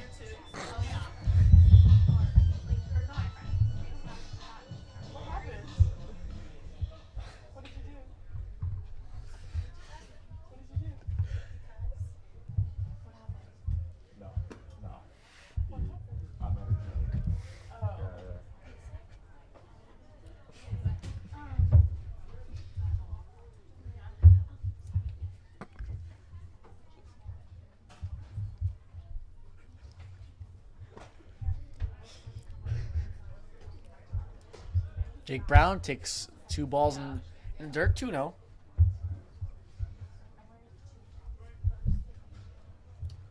And bases are loaded with 1 gone. Our new pitcher, Evan Jaquez, struck out Kemmerer. And now, first strike on Brown, 2-1.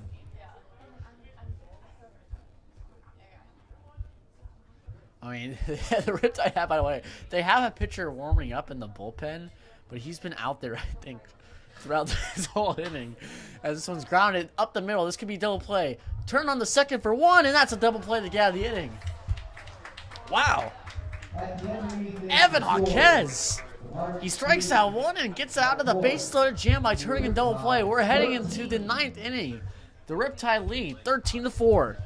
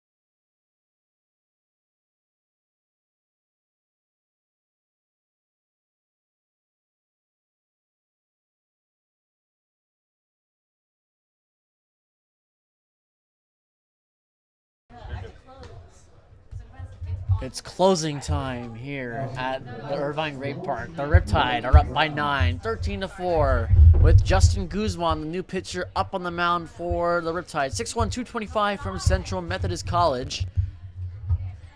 He's already pitched before for the Riptide. And he fared well. 2 innings, 1 run, 1 strikeout, but 3 walks. He's looking to retire Pirates hitters and get out of this inning to end the ball game. Well, this is going to be the most dominant win for the Riptide by far this season. Once this game finishes, 12 hits, the most for them through their first 6 games, 13 runs as well.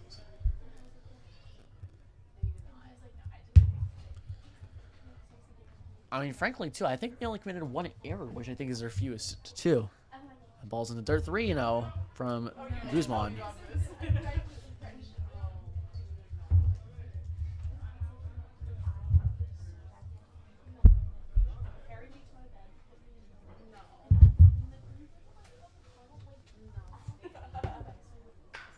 This one's lightly swung on. Guzman feels this cleanly. He's going to have to take it himself to the bag, and he does. Wow. I mean, talk about pitchers being athletes. Excuse me. Oh, pitchers being athletes there, Jeff. He just hauled over there, took it himself. Love that. So it's been a long day. It has been a long day for you. It has been a long day for me. We've been here for 3 hours, 12 minutes. A lot of walking, that's for sure. And I haven't done a single thing of that.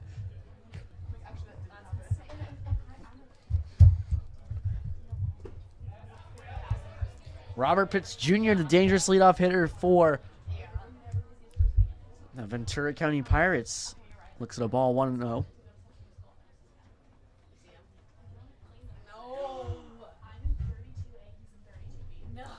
Ooh, nasty changeup from Guzman.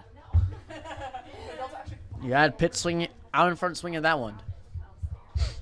During the year at Central Methodist, Guzman put up pretty good numbers: 20.2 innings of work, 3.48 ERA on 20 strikeouts.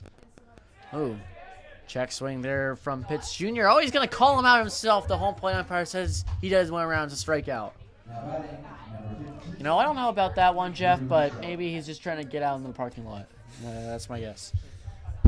But the home plate umpire has dinner waiting for him at home.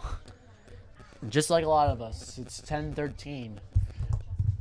Andrew Sharp, the designated hitter, coming up for his 5th plate appearance. Struck out last at bat. And this one's first pitch swing up in the air between Gump and Cadena. Cadena calls up Gump. The shortstop proves way, and that's it. That's the ball game. The Orange County Riptide get their record back to 500 at 3-3 thanks to a whopping 13-4 victory against the Ventura County Pirates. It started with Luis Becerra for us, and he was the one who established going 5 strong innings, got the win, and really the starting pitchers looked so much better, Dylan, and the hitting. They were just patient up there, disciplined. I know there was a lot of walks, a lot of hit by pitches, but they stood their ground. I know it's not how they probably wanted to win the game, but 13 runs on 12 hits with a lot of walks just shows your patience at the plate.